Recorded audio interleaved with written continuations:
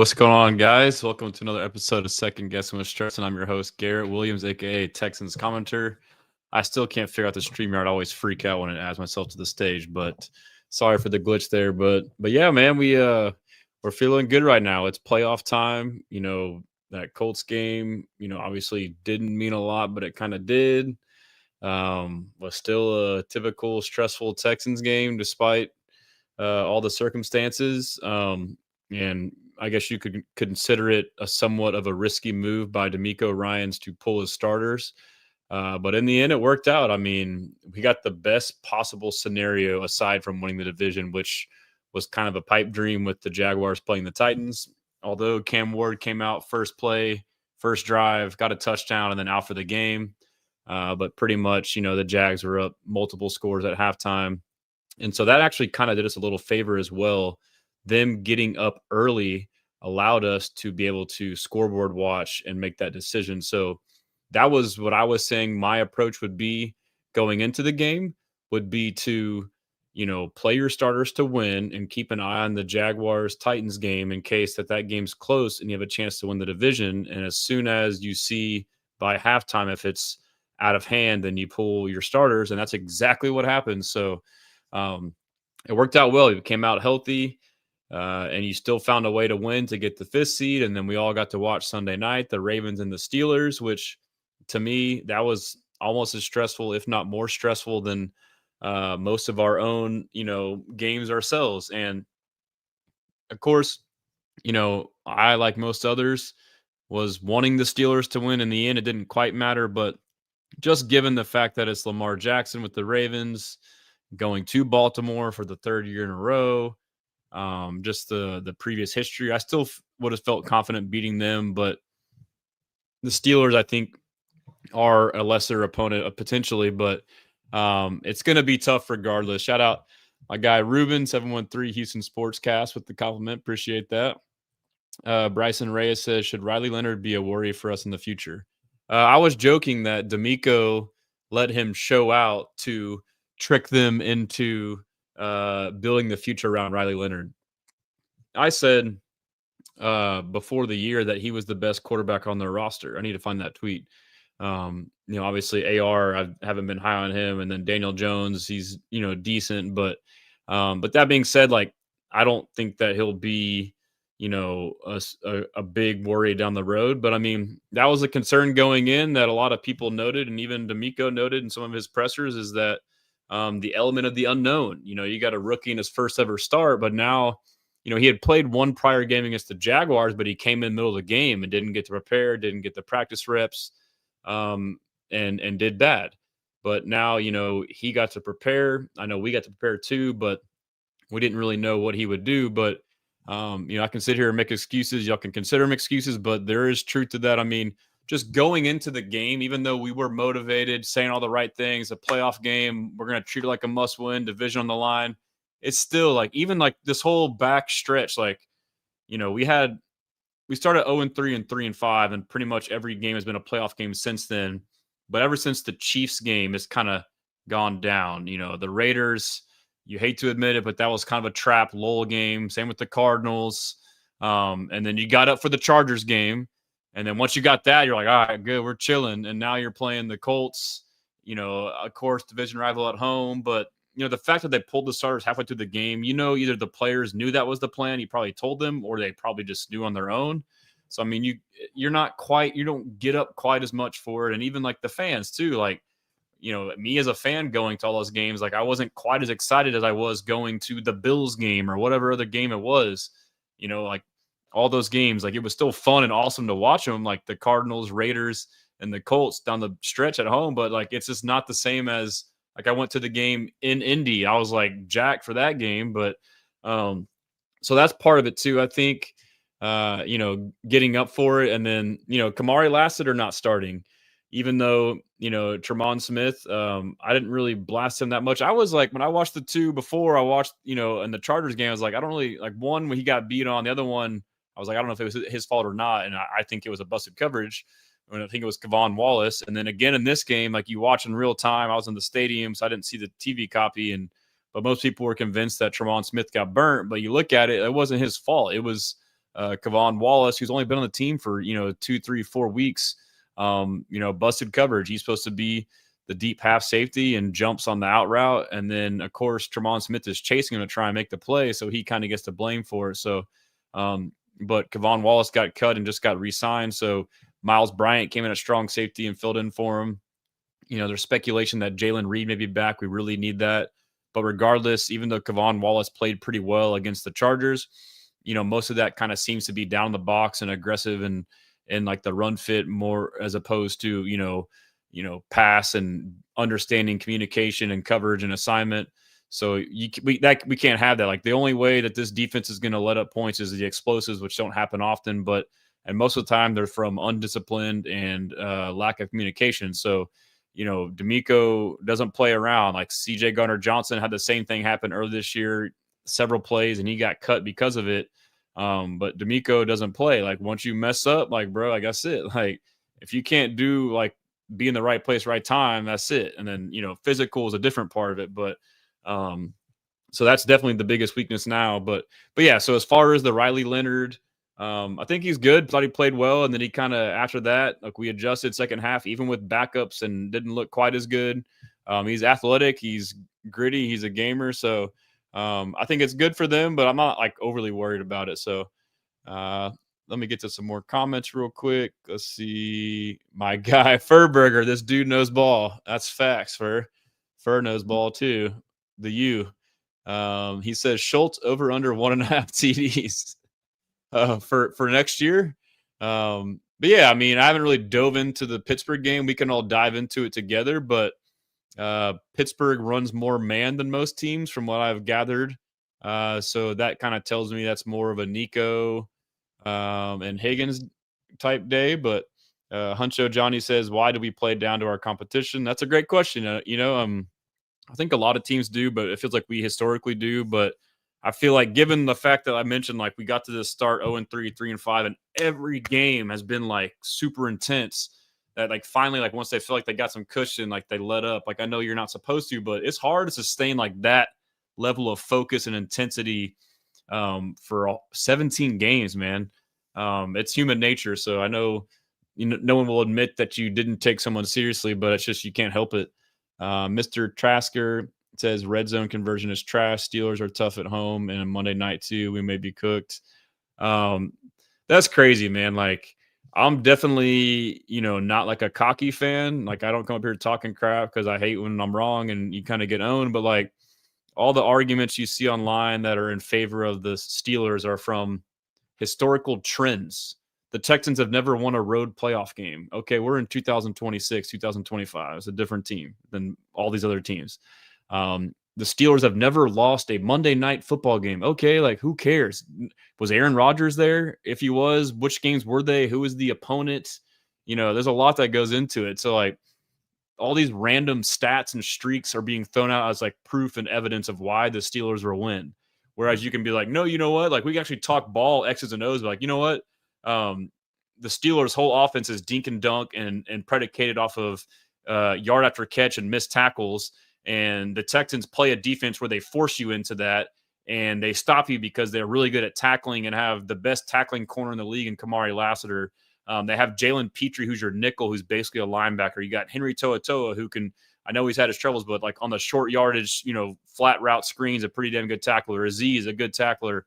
You can talk about stuff like that as the reason why for the game. Or if you were to make an argument about Aaron Rodgers or whatever, okay, but like these little just tidbits as proof as to why we're going to lose, like that's dumb. Oh, hey, Manny says last year we lost those trap games, so there's some growth. I agree, facts. And there's benefit to that. Like the Raiders game felt like a loss, and we still won. So it's like we almost got the loss out of the way in a sense, hopefully. That's a good point there. And Michael says Trey Smith or Wallace, who's better? Tremont Smith is better. He's fast. I still think he's being overhated. But Elijah Huzzy came in and played well. So he's a guy that can play nickel or corner. So, I mean, if it comes down to we need a cornerback 3, obviously Jalen Smith was a baller, the guy we drafted at USC in the 3rd round, but he's hurt. So that's a big blow there for our cornerback depth. But Elijah Huzzy was, a really highly rated prospect coming out, but he tore his ACL in the All-Star game, and his first game playing as a defender got an interception and graded really well on PFF. So that's like a huge a thing right there. But just going through, Solo Dad says, favorite page besides main Texans page. Hey, appreciate that, man. Boulevard Knight says, so many people are taking the Steelers over, bro. It's getting me mad, LOL.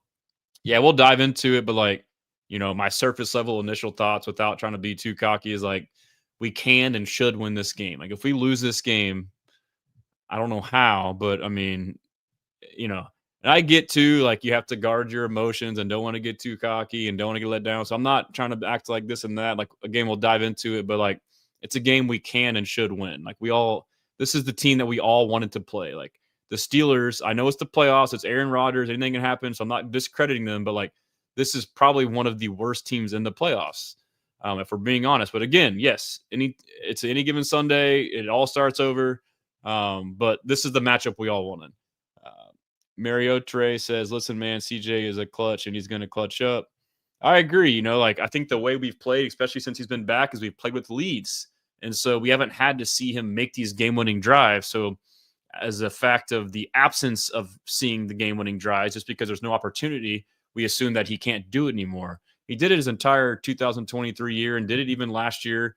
And a couple times this year led them when we just had turnovers. So one, he's had very limited opportunities this entire year to actually lead game-winning drives because he's had his team winning, because he's leaned on his defense and been responsible with the football. So hopefully we win every game and win the Super Bowl and never have to do that. But, there probably will be a moment. And I do, as much as the struggles have been there for the offense, I have faith in him to make that game-winning drive.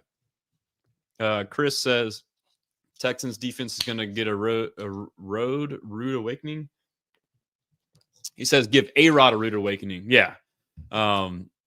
Yep, I can definitely see that. So shout out to main chat. Let me put the comments on the page. We got Jan says, hopefully they score. TDs, field goals will only get you so far. Yeah, I agree.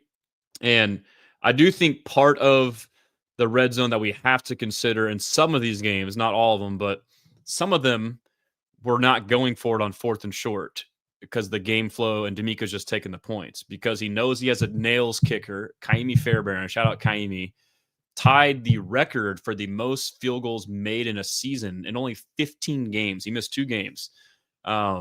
And we broke the record overall because Matthew Wright came in for 2 games and made some kicks. So, but, obviously a big part of that is red zone struggles, but part of it too is conservative mindset of not getting too aggressive on 4th downs and 3rd downs and the red zone, knowing that you can settle for 3 because 1, he'll make it, and 2, your defense, you can lean on them. So that is an element. But, this last game with Stroud in there, red zone, he had a bad play where I thought it was one of the few bad plays that he had in that first half that he played against the Colts, where he had an intentional grounding on 2nd down and it put us on 3rd and long, and that was it. And then the other drive, I forget what happened. There was a bad screen pass call that wasn't very good. And there was another play prior, or it was a penalty. Yeah, we were down inside the 10, had a nice RPO, run pass option. The run's called, but if you see your receivers open, you can pull it and throw it really quick, and throws a vertical to Jaden Higgins down the sideline. Great back shoulder fade. Gets called back because Ed Ingram's 3 to 5 yards downfield blocking. To me, that's just, how are we doing that? Like, yes, it's hard to throw a vertical RPO, but like, as soon as Stroud pulled the ball, he was already 3 yards downfield. So that's just like not being locked in. Like, as a lineman, if you know it's an RPO, you're supposed to know, okay, I can't just go straight to the second level, or I can't just maul this guy 5 yards back. I have to kind of stay at the line of scrimmage for 2 to 3 seconds and then go forward. You have to allow time for that pass to happen. So, yeah, I mean, it's the same stuff as far as the struggles in the red zone, kind of killing yourselves. Humble Hour says on Facebook, I didn't like that matchup. Are you talking about the Colts or the Steelers? Gail says that was a crazy game ending. Yeah, shout out Tommy Togiai, bro. So obviously we all know what happened, but on the goal line, I've been asking for it. I've been more so asking for Will Anderson Jr., but I'm pretty sure we have talked about even just putting Tommy Togiai on a heavy package, short yardage. Like that's one of our weakest points is our short yardage offense. It's lost us 3 to 4 to 5 games alone just from failing short yardage. And so why don't you bring in another guy to beef it up like Will or Tommy Togiai, defensive tackle? They finally put him at fullback. But evidently it was meant to go to him. But Stroud was saying that, supposedly when that big fullback's in there closer, his step's supposed to be different, and he came out too quick, so the timing was messed up, and he couldn't get the ball, so then he just kept it and ran and scored. So it worked out, but, I'm encouraged by them doing that, putting Tommy Togiai at fullback. But it's also funny, too, though. We also had the direct snap that wasn't a direct snap that ended up being a direct snap to Woody Marks that was also a touchdown. So 2 of our best plays on the goal line have been accidents. And the one to Togiai, if you wouldn't have known and it wasn't quite as obvious, it was almost like a zone read where Stroud was able to pull it. So it's like, hey, why don't you learn from that and be like, you know what? You know why that worked is because he sold the fake so much because it was supposed to happen that everyone bit. And when he pulled it, it was wide open. So that tells me I want to see zone reads with Stroud. Now it's the playoffs. You've been saving his legs. He had a concussion. He got a concussion from running. And so now you dialed it back, but now it's the playoffs. Everything's on the line. Allow him to start running. Give him some designed read options to run a couple times a game down in the red zone or wherever it may be, short yardage. Allow him to use his legs, or tell him to start using his legs when no one's open. Get those cheap yards. So I've preached that all early this year and last year. And my analogy is Patrick Mahomes. He uses his legs late in games or late in the season, and most definitely in the playoffs. Most of their Super Bowl runs or, deep playoff runs have been largely because of Mahomes is making plays with his legs running the ball. So, this is now the time. We saw it last year in the playoffs. Stroud used his legs. He started doing it early again this year, dialed it back after the concussion, but now it's time. Turn that thing back up. Again, obviously, be smart, get out of bounds. Learn how to slide. Hopefully you learn how to slide, but, that's a weapon. If you roll out and there's a chance for a deep shot, but it's, 2nd and 5 and you can get 5 yards running, go get the first down. So that'll be a thing to look after. But, yeah, as far as the Togiai thing, the way it ended, the fumble Ruski or whatever you want to call it, pitchy woo woo, where he somehow gets the ball and scores, and he barely gets in, dude. He gets in with his knee just off the ground. That was just poetic, man. I'm not gonna lie, I was leaving. I normally try to wait to the last second, but I was kind of walking back to get to the car, and I saw it in the concourse of the suite. But yeah, it was sick. Jan says those flags also got to be a bare minimum. They've been getting better throughout the season. Yep, that's true. Humble R says, okay. Gail says, yep, I'm tripping, man. It's been a while since I've been on here. A little rusty. Curly Jr. Washington on YouTube. Is Trent Brown playing, or is Titus playing right tackle? I prefer him versus Watt. I'm not sure, but my guess would be he's playing, but I really haven't heard much. I'm sure we'll learn some throughout the week. J-Rock says it's going to take one OME Tim. Not sure what that means. JJ Sugar, D'Amico doesn't care about stats, but bruh, we just needed one more game to secure the top defense statistically. Yeah, that bummed me out because I've been happy about, the points allowed, which, part of that list too is it's total points. It includes special teams points, which I think we've allowed 3 touchdowns from special teams. So that's 21 points already there. I don't know what the Seahawks have done, but I imagine they're one of the best special teams units in the league that they haven't allowed any returns. But yeah, you got Kevon Wallace allowing multiple touchdowns.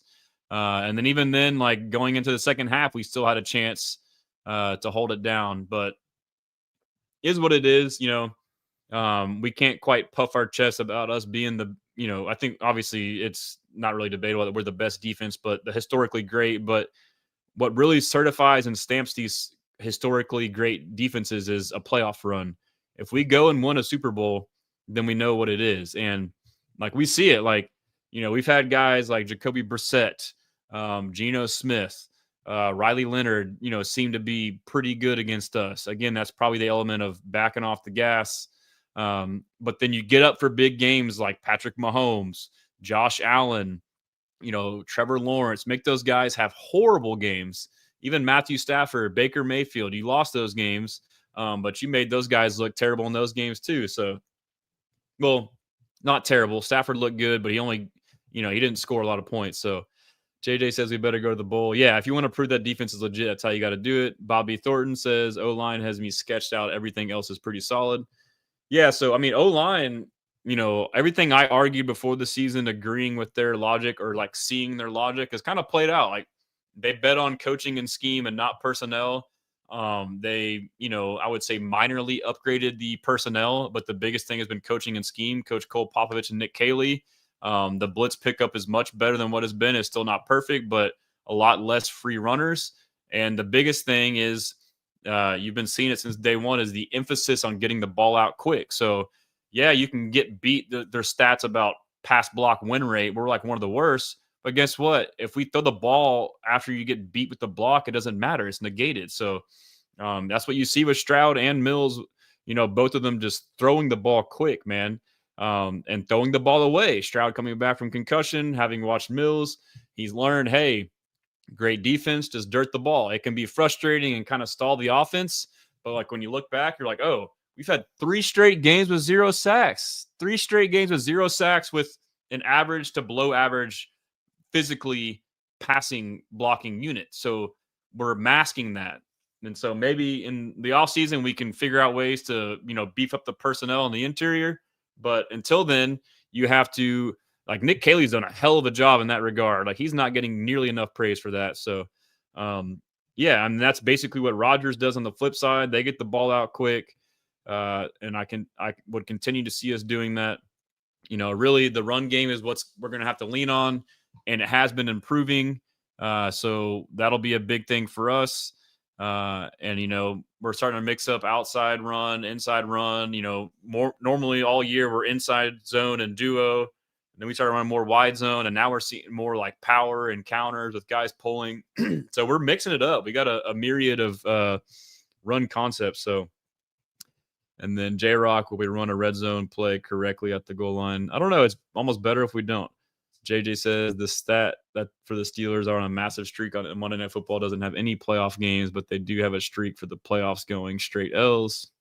And this season too, like it's been the season where a lot of trends get broken. Like for team, like we've had streaks going in against teams and it's gotten broken, and vice versa. Like the Bucks, we had a record and a streak against them. And then the Jags, the first game, so many road division playoff wins, that got broken. And then vice versa. We play a team that's won so many or this or that. Like it kind of seems to be the trend. So trends are getting broken. Brian says, what happened to CJ's passion, bro? His body language is so weak these days. Go watch his rookie year vibes. I don't get this. Like I understand that people see this and get frustrated, but I just think it's who he is. Like, I don't get it. Like, I think it's just how he is. Like, he's just a whatever kind of guy. Like, even when he's hype, he's still not super, super hype. He's not like a Baker Mayfield.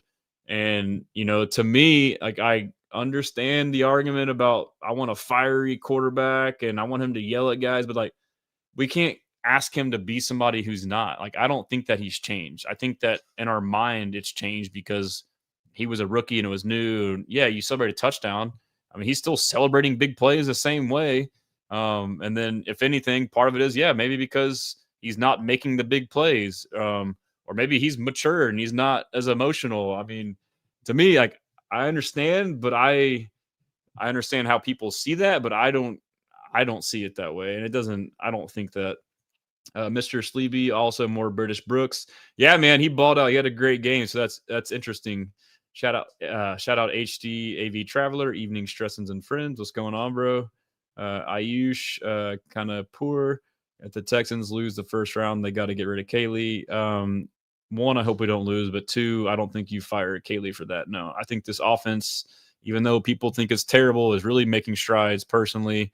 And the thing about this offense is it's a game plan offense, so it changes week to week, and they do what they need to do to win the game. So, we're really, I've seen some stuff where he, like even the Chargers game, like coming out and, dialing up those deep shots early in the game. That's a game plan offense for that opposing defense for that week.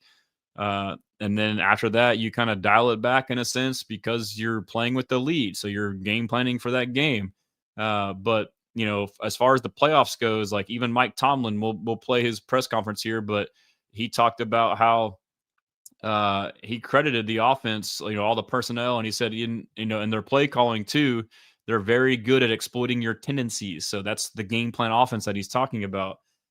So in that regard, I'm excited to see what Caleb will do in the playoffs. Like, one, how will he specifically attack this team now that's the playoffs? Is there's more on the line? Do you have more trick plays? He's shown creativity. He's slowly unrolled things throughout the year. What else is he, holding on to? Like the Stover cat, we didn't see till later. Heavy package we put on later, and it started taking off. We just threw Tommy Togiai in at fullback. Like, we've seen direct snaps to different guys. Like, he's shown the ability to do some shit. So that's got me excited. So I agree. Hennessy Black, he likes what he saw from British Brooks. Actually, if the Texans lose their first 2 rounds, they got to get rid of Caley. That's crazy, bro. I'd hard disagree. I know most people hate Caley, but he's still having his growing pains, but I'm still high on him. I'm still encouraged. J-Rock, any word on Jordan? You're talking about Jawar? I'm not sure. I haven't heard much. Product of the H2 pump for Monday night. Facts. It sucks we're playing on Monday night, bro. It's going to be such a long. At least, though, I just realized, I was like, man, there's no Thursday night football, but the playoffs are tomorrow. The U in Miami, and then Friday we got playoffs, and then we got Saturday, Sunday. So, and me and Product of the H and other guys will be posting content all the way up to that point. So, but Monday day is going to be so long. Brandon says, if the only backup DBs realize that all Alec Pierce runs is go routes. Facts. And that ejection for him was kind of weak. I mean, I'll admit it wasn't kind of weak. It was weak. But rules are rules, I guess. I mean, whatever. And the Colts, man. Colts fans, I try to tell y'all, dude, like, your owner meddled and forced your GM to trade for Sauce, give up 2 firsts and AD Mitchell for Sauce, who gets hurt and doesn't even barely even play, to go all in on a Daniel Jones-led Super Bowl run, which he got hurt, yes, but that team was already going downhill because if you looked at the first part of the schedule, it was easy as hell. They played no good run defenses, and then you start playing good run defenses. So you play no good run defenses, you get 3, 4, 5, 6, 8 yards a pop. Every down is second and short, third and short. Now the whole playbook's open. Now you start getting teams that stop it. Now it's third and long, and Daniel Jones doesn't do as good. And so, yeah, I'm not surprised by how their season panned out, honestly.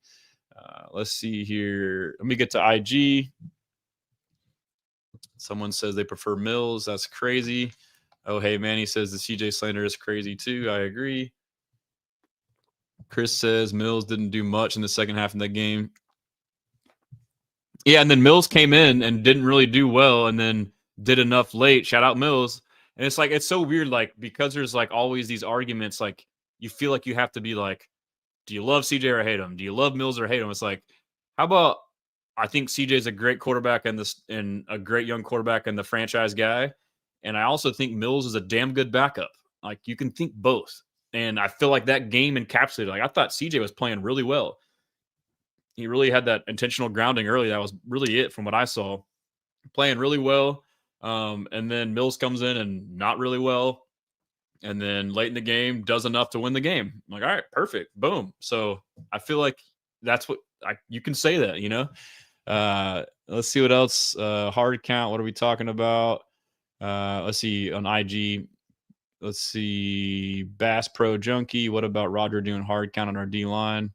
Yeah, I mean, that's a good point. That's a good concern. Will Anderson Jr. is definitely a giddy guy, so they will be at home too. So it'll be quiet. That's a great point. We should definitely be disciplined. But yeah, I think the D line will eat, like Mariotre says. Lou VO 1K. We should dominate this game. I agree. Bass Pro says I might be saying the wrong term for that, but basically, yeah, you're right, dude. Chris says even if we don't make it past the Broncos, we still have Tank Dell to come back next year. Yes, sir. MSV Vhap says H-Town all day. Yes, sir. Shout out Mondo 713. H down. Someone says Texans swarm. And then James Hughes says, really love how Woody is playing. Really want him as our permanent RB. Yes, dude. Woody, since he got that week off, the last 2 weeks, like, he's doing what I've been wanting him to do all year. Like he looks fresh and rejuvenated, but he's bouncing stuff outside. Maybe it was good for him to take a week out and see that Jawar was doing that, much like Stroud took a week back and saw Mills doing certain things. Maybe that's part of it. But I think a big part of it too is just him being fresh. Like he's looking good, dude. And I think, Nick Chubb's got some rest. Like Nick Chubb hasn't been as bad as most people think, in my opinion. So I think Nick Chubb could be an unsung hero for us if we make a deep playoff run. Veteran, reliable running back. I think he can make some big runs for us, get some tough yardage, physical runner, great compliment. If Jawar's back too, he's a slasher. If not, now Brooks is showing that we don't have a superstar running back, but we have a stable of some pretty good backs with varying skill sets. And I had a thought on that too. So I was talking about Nick Chubb, Woody. It'll come to me. There was another thought on that too, but hopefully Chubb is fresh. And let's see here. And then Mondo says big mistakes. Let me make sure I get to all the comments here. Appreciate y'all tuning in on IG, TikTok, YouTube, Facebook. Of course, as always, Texans commenter on all those platforms or at Houston Stressan's website, houstonstressans.com. I'm wearing my H-Town versus everybody Aziz punching Roshan Johnson shirt. I'm trying to get my flag sold on there. They're not really producing yet. But shout out Nick Schwager, the GOAT. I saw he tapped in. Chris says, you think CJ might choke against the Broncos since he got the concussion against them? No, I don't think that's a factor. Shout out my guy, Champagne Shep. Let's go, baby, on IG. Who else we got? Kind of give it caught back up. Shout out Primo Looks. There's something in the air with the playoffs around the corner. Man, I'm pumped, dude. I don't know. I can't help but feel like it just feels like a special year, man. Like, I don't know how y'all are, but like watching a game or this or that, like I'll just get these goosebumps every now and then. Like, man, like what if this is the year? Like that's what's like, if you could, I wish you could know things in advance sometimes. I guess you do and you don't, but like if we were to know that this would be like a special year, you could like really savor some moments. Whereas if you don't, the highs and the lows, you're kind of so emotional, like, oh, we suck. But so I kind of do that myself, I guess. Like I tell myself that. So like that way I can look back when I do look back and be like, I enjoyed the whole run. I don't want to be like us make a run and me look back and be like, oh man, I was freaking stressing the whole time or tripping. Like I want to enjoy this, bro. But I can't help us. But every now and then I was like, man, like, dude, this, I don't know, man. Like, listening to these players talk, D'Amico, CJ, like it's a special team, dude. Will, like all those guys, man. Aziz, like, dude, all of them. Yeah, and so Shep says he likes that we play on Monday. I don't know how y'all think about it. I'm kind of ambivalent. Extra day rest for us, extra day rest for them. TJ Watt, first game back off a punctured lung, said he's feeling better. DK Metcalf's back, but he, gets a week of practice. He didn't get to practice for 2 weeks and play in 2 games because that suspension for punching the fan, which I thought was BS, almost cost them the division. But nonetheless, Rodgers had a hurt hand and hit it again. So that's a factor too. They're playing in the cold again. But we got the rest for our guys. Hopefully we win, take care of business. Now on the flip side, you have 1 day extra rest compared to your opponent who will play on Sunday. So that's kind of tough. Also, will be Monday night. We'll know the whole thing. And, if we win, then we'll know the next outcome. So that'll be fun too. RIP Devontae says, I got faith in my team. Gonna silence the haters on Monday. I agree. I can't wait, man. William Stone, is this our best chance? This is our best chance. So that's a great point. So you look at it now, the last time our best chance was 2012, right? When we went into, even though Schaub got hurt, if he wouldn't have got hurt, it would have really been our best chance. But even then, with TJ Yates, we went into Baltimore divisional round with a dominant defense and almost won if it wasn't for RIP, a Jacoby Jones muff punt to win with TJ Yates. And they could have made a run that year. These last 2 years, obviously last year was a pretty good chance. But this is the first year that CJ Stroud has healthy receivers going into the playoffs. We have Nico, Higgins, Kirk, Noel, etc. Like everybody's healthy. Like he has a full stable of receivers, whereas in years past he's had Nico and whoever else. Hutch is healthy too, and obviously a year better than what he was last year. So, I mean, That's a good point. Like, this is our best chance. This is our best defense in franchise history. So, we'll see how it plays out. But Champagne Chip says, no lie, G, I'm looking for a blowout this game. I mean, I try to be humble, but like I could definitely see that being an outcome. Um, and then yeah, Trey Cook says, how far you think we can go? I think we can win it all, bro. Like, to me, before the season, my minimum was AFC Championship. That's still the same, and it's still highly attainable. Like, even if we make it to the AFC Championship and lose, yes, I'll be pissed, but I'll still be happy. And D'Amico's aware of this, so like, I don't see us not making the AFC Championship. Obviously, one game at a time. Beat the Steelers. As far as the Jaguars playing the Bills, that's a toss-up. Like, I could see the Bills winning or the Jags, but if the Bills win, they're the 6th seed, and now that kind of reseeds things. So, and then the Patriots, they have a tough matchup too. So like, the 1 and 2 seeds are young, unproven teams as far as year to year. And so there could be upsets to where now we could have a home playoff game next round, and or potentially if we win in the AFC Championship game. So I mean, things is kind of shaping up for us. But yeah, so Ricardo says, I have that shirt too. Let's go, baby. And then it does feel special this year. Chill with Cut says, keep telling people we need to keep Lassiter on DK more than Sting. Yeah, so I mean, you have that old Belichick thing where basically you put your number 2 on their number 1. But I'm fine with either. And they like to run a lot of trips and put the single receiver backside, and they can kind of tell them whatever route to run. But DK is a great player, but I like our chances against him. Sal says historic defense can take us to the bowl. I agree. Someone asked for prediction. I don't like doing predictions. Texans fan says, who do you think is making a big play on defense? Tommy Togiai, man. I think we'll see a lot of big plays. Petrie hasn't had a big play in a while. So what else we got? Am I going to the watch party? I may go to the game. That's up in the air. So hopefully I'm in Pittsburgh. And then let's see. Let me get caught back up over here. Product of the H says, I think we needed these bad performances to bring them back to earth in time for the playoffs. Yeah, I agree. HD Traveler, 2000 Ravens is the example. Hopefully CJ is better than Trent Dilfer. Facts. I think he is. Charlie Silverback. Melkor says, do you believe CJ Stroud will get over 300 yards against the Steelers? I don't know. We'll dive in here in a second into the advanced stats, and I haven't really dove into a lot of stuff and see if I'll kind of get an idea of what's going on. Cecil Thompson say without Fairbairn in the defense, we would have lost a lot of these games. Glad you brought that up. So that is true, but Fairbairn is so good and so productive because we know he's so good and so productive, and because we know our defense is. I think we still could have won games with the offense if need be, if that situation arose, but we haven't really had that situation. Every game's been close, and with us leading, like we're like one of the top 3-4 team. I think we're number 2 in the league as far as minutes played with a lead. Like, so every game we're protecting a lead. Like, that's part of it. Whereas you have shit teams. If you go look at the passing yards, like all the passing leaders are all these shit teams because the guys are just throwing. Like, yeah, of course you got stats because you're losing.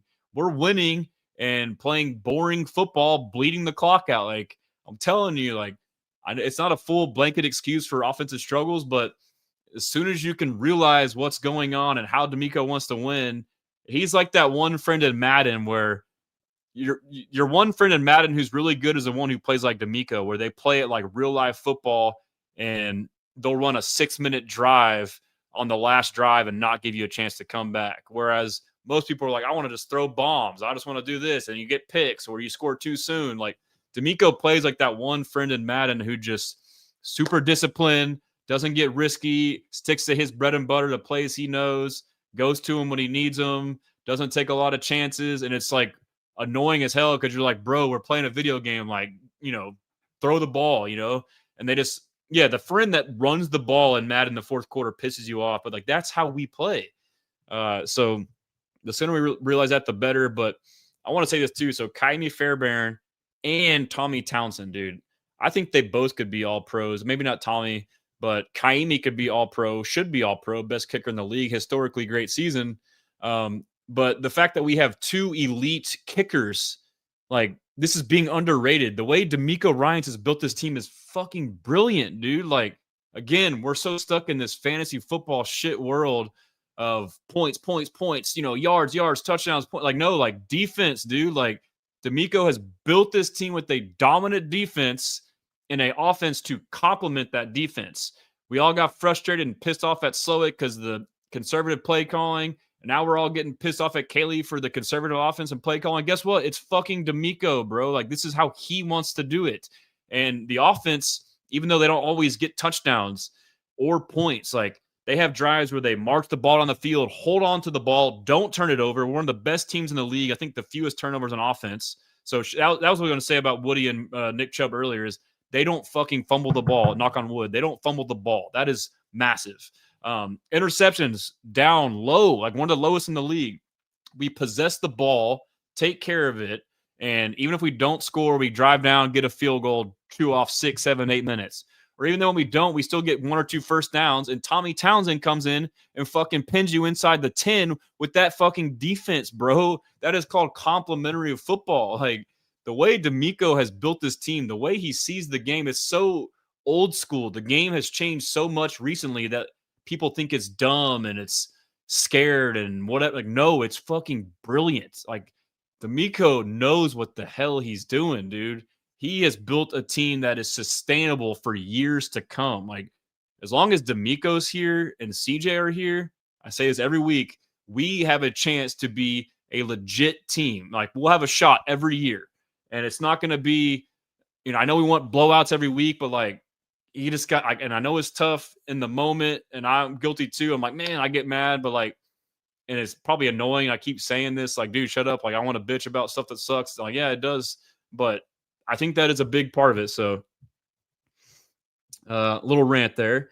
Brandon says, do you think they have had a successful hard reset in the O-line room environment, and now they can actually add a long-term pieces in? 100%, man. 100%. I don't know that the mentality was definitely something, but I don't think it was as bad as we think with the Laramie thing. I think it's just really scheme. But yeah, I think the mentality has increased though. Noel says, go Texans, they got this. Gain of funding research. CJ Stroud makes or breaks this team. Do you think he can keep it cool and composed till the end? Yeah, dude. Like, the game plan is like, just go out there and play within the offense and the scheme, conservative until we need you not to. That's what he's been doing. So like, do the ho-hum stuff, let the defense eat. Like I just mentioned, the whole field position shit. They'll get you the ball back and you'll kick field goals and you'll get put in good field position. Just don't lose the game on offense. I know we all want a quarterback to be the one winning for us, even though he can win, but the way this team is made. And so that's what's going to happen. Like, we'll eventually sign him to a mega contract. This is what happens to every young quarterback. You have the chance now to lean in your defense because all your money's over there because he's on a cheap contract. But then when he signs this mega contract, now you're going to have a lesser defense and we're going to need him to do more. Now is not that time. And he's still young and developing and learning. So that's the way we do it, dude. Like, he can win the game if we need him to, but the way he needs to approach it is safe, conservative, play within the system, and we'll probably be in the lead with that, and we'll just slowly, boringly win the game. And then otherwise, if it gets scary, then go make a play. And he kind of did that in KC. Like, we did that, and it was just neck and neck. And then he started making some plays with his feet. Product of the H, I want to see the CJ doubters say when CJ gets to that ring. Yeah, and like, and the way the team is constructed, this whole philosophy and thing I just said, like, I can see where, we go on a run, but he doesn't light up the stat sheet. And it's like, yeah, but he sucks. It's like, bro, like, kind of how Jalen Hurts gets hated on too. Like, I mean, yes, part of Hurts is he's not the best quarterback, but I feel like the Eagles are kind of similar to us right now. Like, everyone's shitting on their offense, but like, they have an elite defense too, and they lean on their defense and they're winning. I think the Eagles can make a run just because like they know how to win games. They play to win games. HD Traveler playoffs. Williams says, been a fan since day one as a kid. I'm 30 now. This is our best chance. Is this our best chance? Yes, 1,000%. Man, I'll say a score prediction, but I don't like doing them. But I could see the Texans winning 24-10. Cold weather, both good defenses. HG Traveler, Danny Dimes turning to Danny Penny's facts. Is Kamari healthy? I mean, I believe he is. Like, he's going to play no matter what, but he got a week off. So let's see. JJ Sugar, this is absolutely one of those years that it feels like it's the right time. All of our losses are to Brady, Mahomes, or Lamar. None of them are there. So we have prime opportunity with the top defense. I agree. Justin Words, penalties. Hope the offense controls those. Seems to cost us at least 3 points. I agree. And a lot of them are mental, like the illegal man downfield. Lock the fuck in, dude. No illegal man downfield. No illegal shift. No fucking false start. Like, none of that shit, dude. But hey, loud road environment. So, but yes, this year does feel different. Is Ramsey healthy? I believe so. But I mean, he's kind of like a safety now. I'm not really too scared of him. HG Traveler, Kirk is still in the team. LOL. Scott Green, I really want to be playing the Jags for the AFC Championship when it goes Super Bowl. I mean, I haven't dove into their matchup, but I think the Bills beat them, dude. I'm still not. I think the Jags, like, I'm surprised. They're a really good team, but I still feel like they're being slightly overhyped. Yes, you're taking care of teams. I sound like a hypocrite. We beat a bad team, and I get mad when people discredit us, but I think their schedule hasn't been as hard as we think lately. I think that Broncos game was a good win, but I think we're overweighting it slightly. I think the Broncos aren't as good as we think either. And that's part of the mix. They go in there and we think this defense is elite and Trevor Lawrence does this and that. It's like, well, maybe that defense isn't.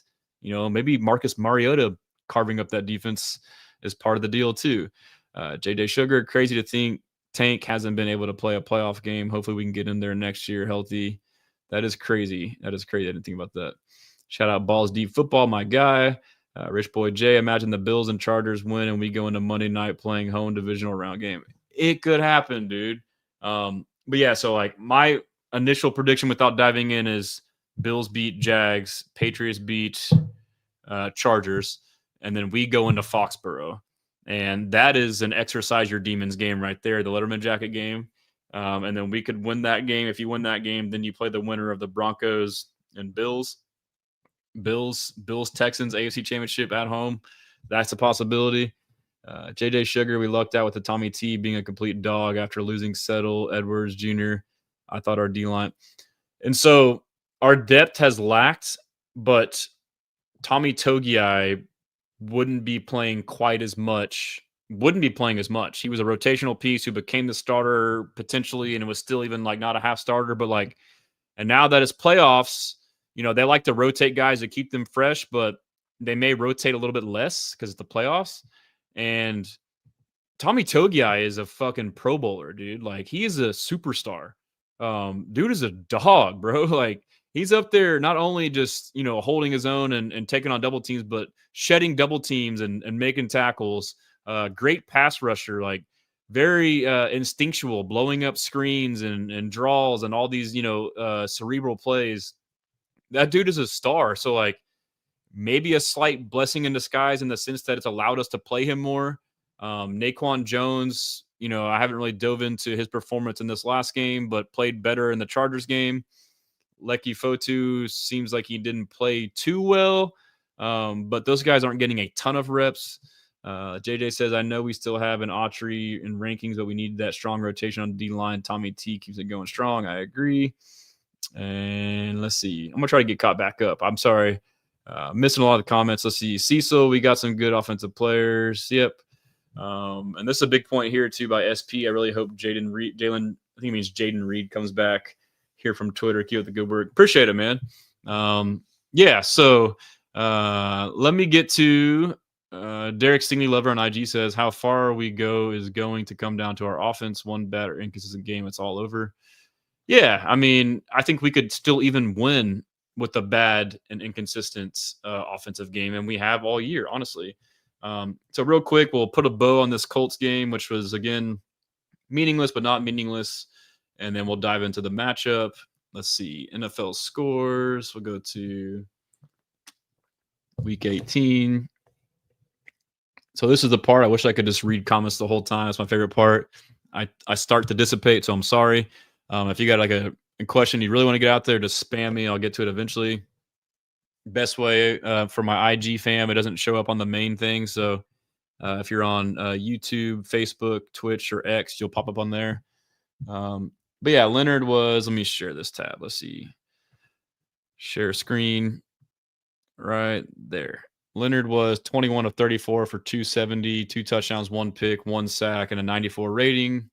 That fake punt they ran was sick. That was a dime by Rigoberto Sanchez to Moelle Cox, and then they tempoed into a sneak, catching us off guard and getting a 12-man on field penalty, which was pretty cool. Stroud was 14 of 23, 169, 1 touchdown with a 97 rating. Higgins had a couple drops.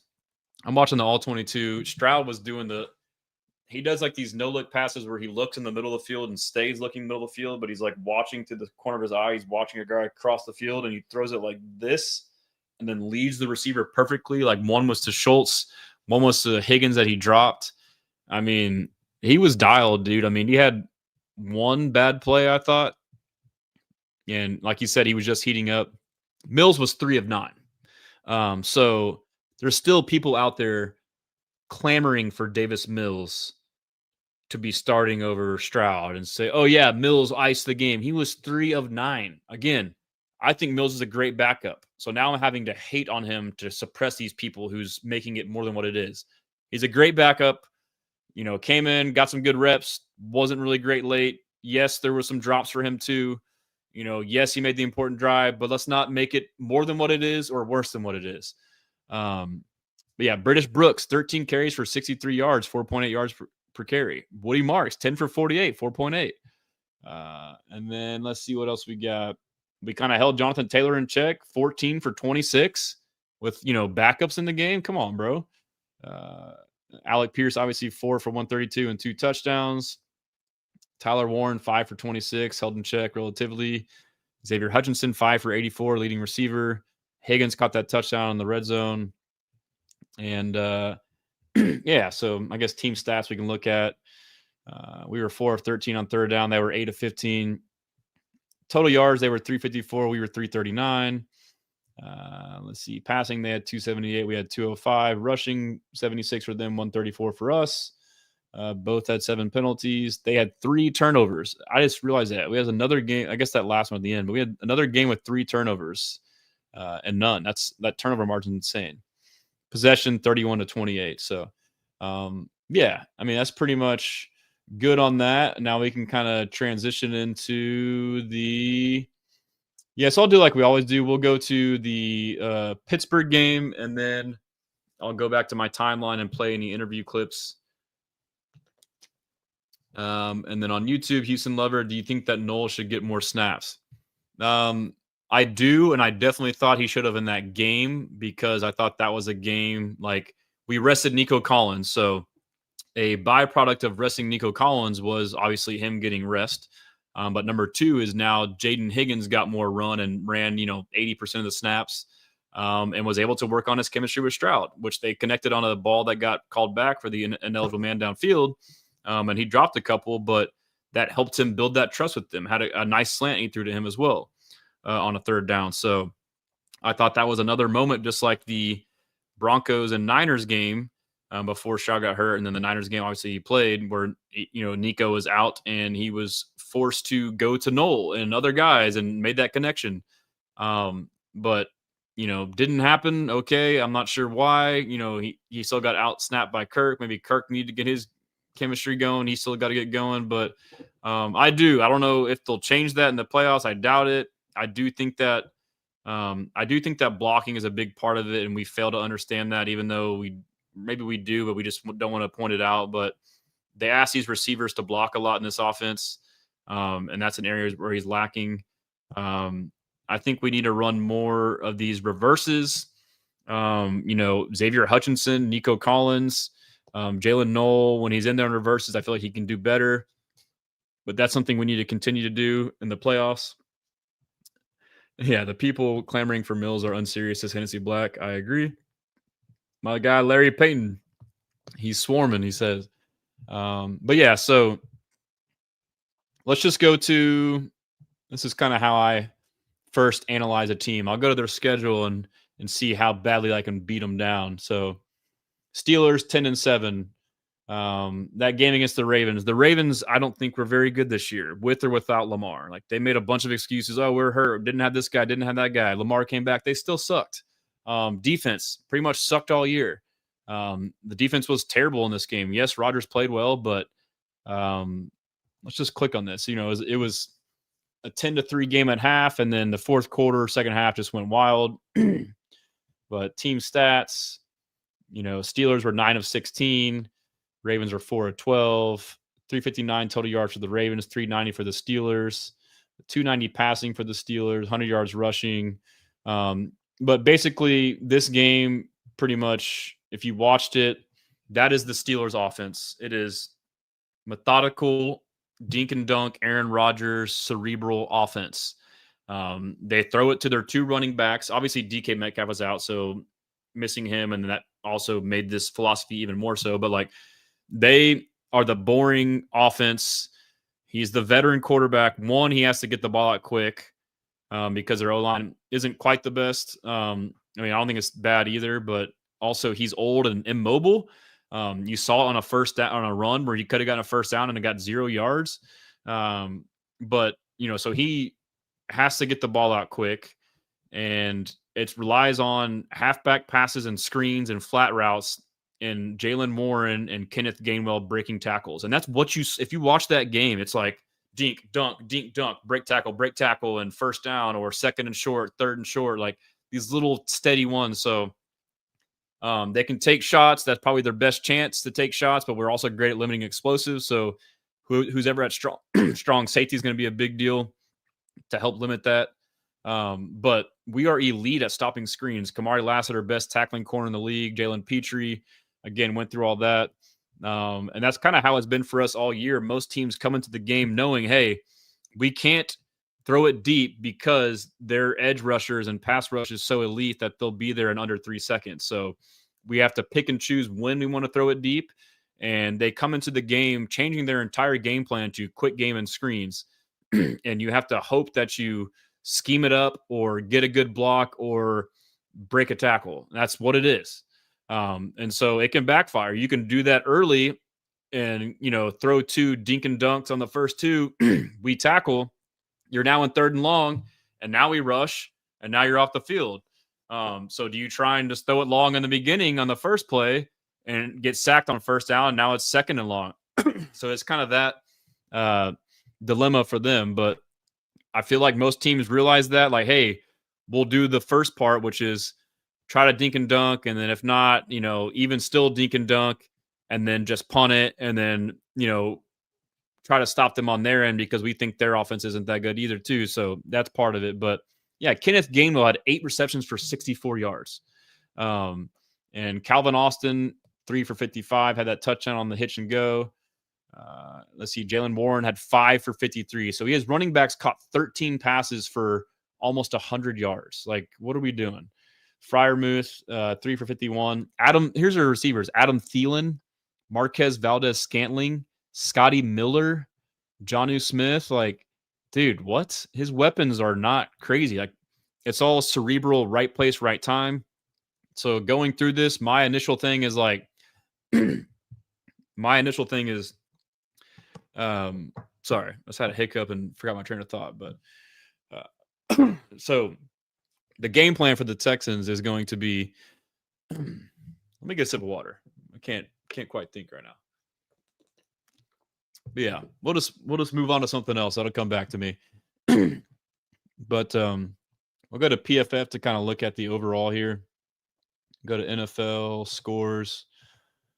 It's tough, man. I talk a lot really fast for an hour straight. It's already been an hour. And then eventually my body's like, bro, stop talking. Brandon says 33-9. Larry Payton, my guy, Texans 30-13. I love it, man. I'm kind of along these lines, dude. I'm kind of along those lines. Mike Hunt, great name, says, do you think there's any chance in hell that they would trade up for someone like Love in this next draft? Knowing Nick Caserio, my answer would be no. How about no, Scott? Let's click on the game here. Texans are favored by 3.5 points. According to PFF's rankings, we're number 4, Steelers 14th. Power rank defense, we're number 1, they're 15th. Power rank offense, we're 20th, they're 16th. Strength of schedule played, 18th for us, 19th for them.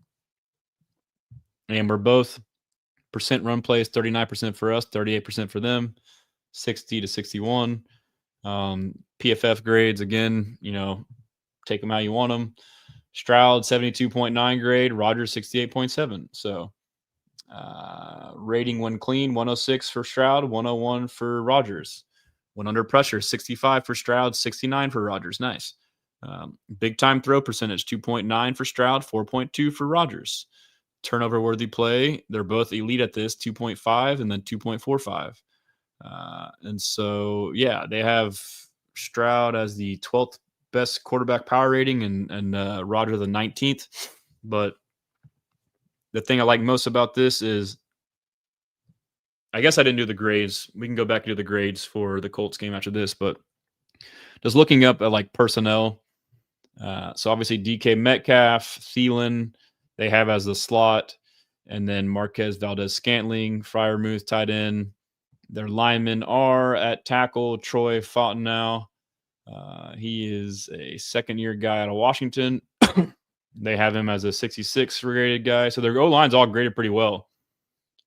At right guard is Mason McCormick. Oh, nice. He's a second-year guy out of South Dakota State. Love me some FCS. He's good. And then their center is Zach Frazier.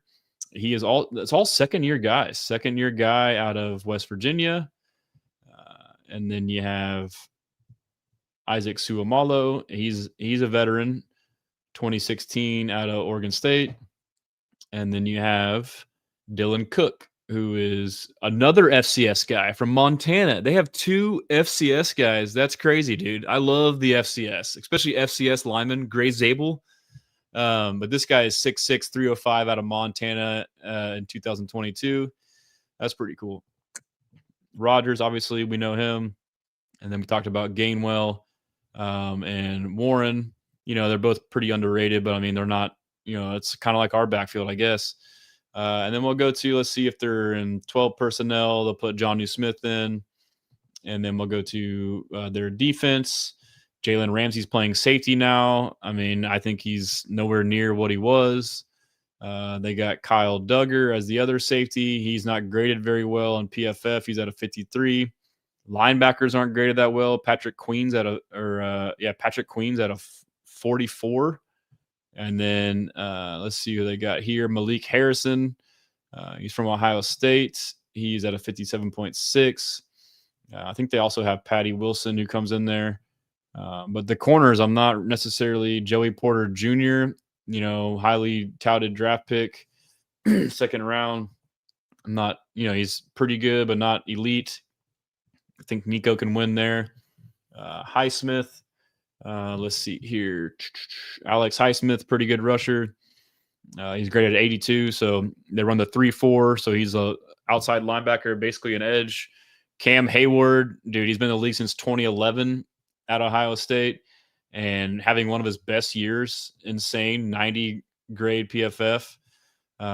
Keenan Benton is their interior from Wisconsin, third-year guy, not graded too high, 58.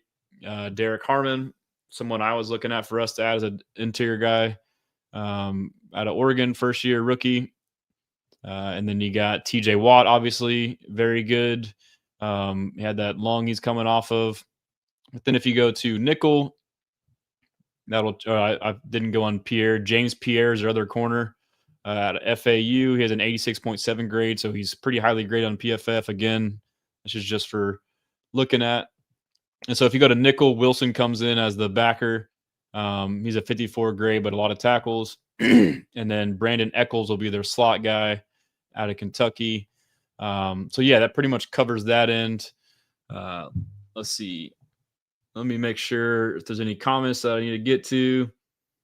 I see JJ says, I love how Steelers fans been hyping up the return of DK, and dude has been next to irrelevant for the majority of the season.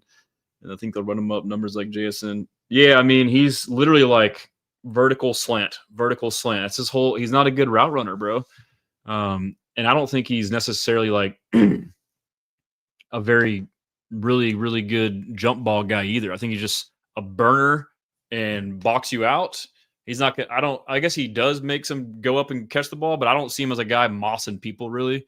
Or it's a slant, kind of like AJ Brown in that sense, as far as a slant and catch it with potential to break it and go. But given our defense, yeah, I mean, you've seen Stingley lock up much better guys than that. Let's see. Make sure we're all good. Do you believe we need to get another quarterback to accompany Stroud and Mills? No, I mean, Mertz is a great third string. Yeah, where's Nick Herbig? He's not on here. Nick Herbig, great point. I don't know how they didn't pull up Nick Herbig, but he's definitely a good rotational piece for them. Thank you for that, Larry. Sorry to ping pong back and forth, but I will go over to the grades real quick from the Colts game. Again, sometimes they match up, sometimes they don't. But real quick, the overall grading for the year, Texans are ranked 5th with an 88.9 team rating behind the Rams, Seahawks, Lions, and Patriots. Like, kind of checks out. Like, so big picture, and more often than not, it's pretty good resource. But let's see. Let me go back to Texans and go to schedule. And so for the game, we had a 75.9 grade, 73 on offense, 64 on defense. Again, a bunch of backups, so we'll just buzz through this. But Schultz graded well, 83. Brooks, 78. Davis Mills, 78.6. That's surprising. Jalen Knoll, 74. Woody Mark, 72. Stroud, 71. Stover, 70. And these are all green. These are all good. Hutch, 69. Nice. Higgins, 68. Had a couple drops. Jake Andrews, 67. Patterson, 64. So played a little bit better at left guard. Ed Ingram, 62. Ursary with the broken hand. Forgot about that. 60. Tommy Togiai, 60 on offense, had one snap. Jawar got hurt with the ankle. Hopefully he's fine. 59. Fisher, 59. Played left tackle again. 26 snaps. When he came in after Ursary came out, Justin Watson came back and played, and that could be a sneaky development. Like, he came in there and played 13 snaps, and 11 of them were run blocking. Like, he's a damn good run blocker. Christian Kirk, 51. Scruggs, 51. Bryant, 50. Kingston, 49. Dare, 46. Howard, 43. That's not good, Titus. Go over to defense. Elijah Huzzy. Love the Huzzies. But yeah, so Larry says Herbig blitzes a lot. And then Elijah Huzzy had a great game, 90. Will Anderson, 90. Hunter, 86. Tommy, 83. Miles Bryant came in to play some strong safety, 35 total snaps, 80.9. Aziz, 80. Petrie, 76. Defense balled out. Hutch, 70. Jalen Knoll played Hutch and Knoll played snaps. But yeah, so EJ Speed got down low, but he came in the game and played a snap at defensive end during the game. Lecky Fotu, 32. Damon Clark, 30. Merriweather, 31.4. Naquan Jones, 38. Both of our backup defensive tackles didn't grade well. Christian Harris didn't grade well, 40. Stingley, 51. Stingley didn't play well. He got burned on back-to-back plays. One they dropped, one they caught in the end zone. But, maybe it's just a whatever game. Kevon Wallace, 55. Bullock, 59. So, but yeah, so let's go to the best part of the preview, which is NFL Pro. And I might do another show depending on if I get more in depth or not, but I plan on writing a preview article this week. Try and do it Friday. But yeah, so if you go right here, and so just like an overview, points per game, Texans 23.8, which is 13th. Steelers 23.4, which is 15th. So we are a better offense from points per game perspective. Point differential, we are plus 109, which is 6th. They are plus 10, which is 18th. That indicates we're the better team. Record in close games, we started 0-5 and won our next 7. That was my big argument for all of that. So 7-5, and they are 7-3. Larry says Sting must lock in for playoff games. I agree. And I hope you will, and I think you will. And then our average margin of victory, 11.1, which is 15th, and theirs is 8, which is 23rd. Turnover differential, they are plus 17. We are plus 17, which is 2nd. That's it, dude. Take care of the ball. turn the ball over. And then they are plus 12, which is fourth. So they kind of do the same. And then total penalties, 118 for us, 24th. Not great. 101 for them, they're ninth. But yeah, so we can look at, like, they have like these metrics. Here's passing. Just looking at this here, let me take this off. So this is our passing offense versus their passing defense. We have 1, 2, 3, 4, 5, 6, 7 to 1, 2, 3, 4. Our offense passing has 7 advantages against their defense, which has 4. So net 3. As bad as our offense is, they're plus 3 against their defense passing. And this is, based off their metrics, not always true, but I mean, it's pretty in-depth stuff. Their offense passing versus our defense passing, we have every advantage except one, and they rank them by like how strong they are. Like on the other side, our offense, the highest we had was 3 stars, the highest they had was 3 stars, so not a huge gap. But over on our defense, 1, 2, 3, 4, 5, 6, 7, 8, 9, 10, 11 to 1, and 3 of those are 5-star. 1, 2, 3, 4 are 4 stars. The rest are 3 and then a 2-star. And we got a huge advantage there. So, and we can get into like the weeds as far as blitz, no blitz. I don't know if y'all want to hear me read through all that, but you can look at this. It's not always the exact truth, but it can give you an idea. But my initial instinct is, I don't know if we want to run man or blitz Aaron Rodgers, because we talked about their backs catching passes. You go man, you now got Henry To'o on Gainwell, gets juked, can't tackle him. Whereas if he's in zone, he can at least get there and slow him down with backup. Or now you have Miles Bryant or whoever it is, that strong safety gets matched up on somebody. They can definitely, work DK on somebody. So, you can get Petrie in a disadvantageous situation potentially. To me, it's like zone, very few blitz, show blitz, drop in zone. Like Rodgers' strength is his brain. He's a good dissector of the defense, and the reason he's so good is a lot of defenses in the league now try to get pressure by disguising and fooling you with either the pressure coming or the coverage, and then you get tricked by the coverage and you hold on to the ball longer. The Texans defense literally just line up in what they're going to run and run that shit, because one, it starts with the front. Will and Daniil can get home in less than 2.5 seconds every time. And so you basically have a blitz built into zone coverage with your natural 4-man rush. And then 2, our guys are so disciplined and athletic and well coached that like their zone is like a tight net. Like they're on it, dude. They're super fundamentally sound, and they're great tacklers. So that's been our plan the whole time, is run cover 4, cover 3, keep everything in front of you, force the check down and fucking hit them and like make them pay and tackle, and no yak, no extra yardage. And their offense is doing that, but breaking it. So, I mean, to me, I don't want to get in man. It doesn't make sense. Like, we can dive into it, but let's just see right here, passing versus pressure. So, I mean, it says they're number 25, but that also includes like a 4-man pressure, but passing versus the blitz, they're number 25 and we're 18th. That's surprising. So I would have thought it was more, but they're number 9 in quick passing. That's their one advantage. We're number 13 on defense. But yeah, so maybe my overall generic view isn't quite correct. Like, I'm kind of diving through it now with you guys, and maybe we'll do another show. I'll definitely put in the article as far as further analysis on that with support. But checking the time, it's only 10:19. Nice. Intermediate passing. So on our end, it says intermediate passing, we're number 8, they're 24. That's the digs and end breakers. Boom, let's go. Play action, they got an advantage on us. They're number 1, we're number 9. So that's one of our strengths, but they're pretty good at it. Passing versus pressure, we're number 10, but they're number 3. Our advantage is passing versus no pressure. We're 16, they're 27.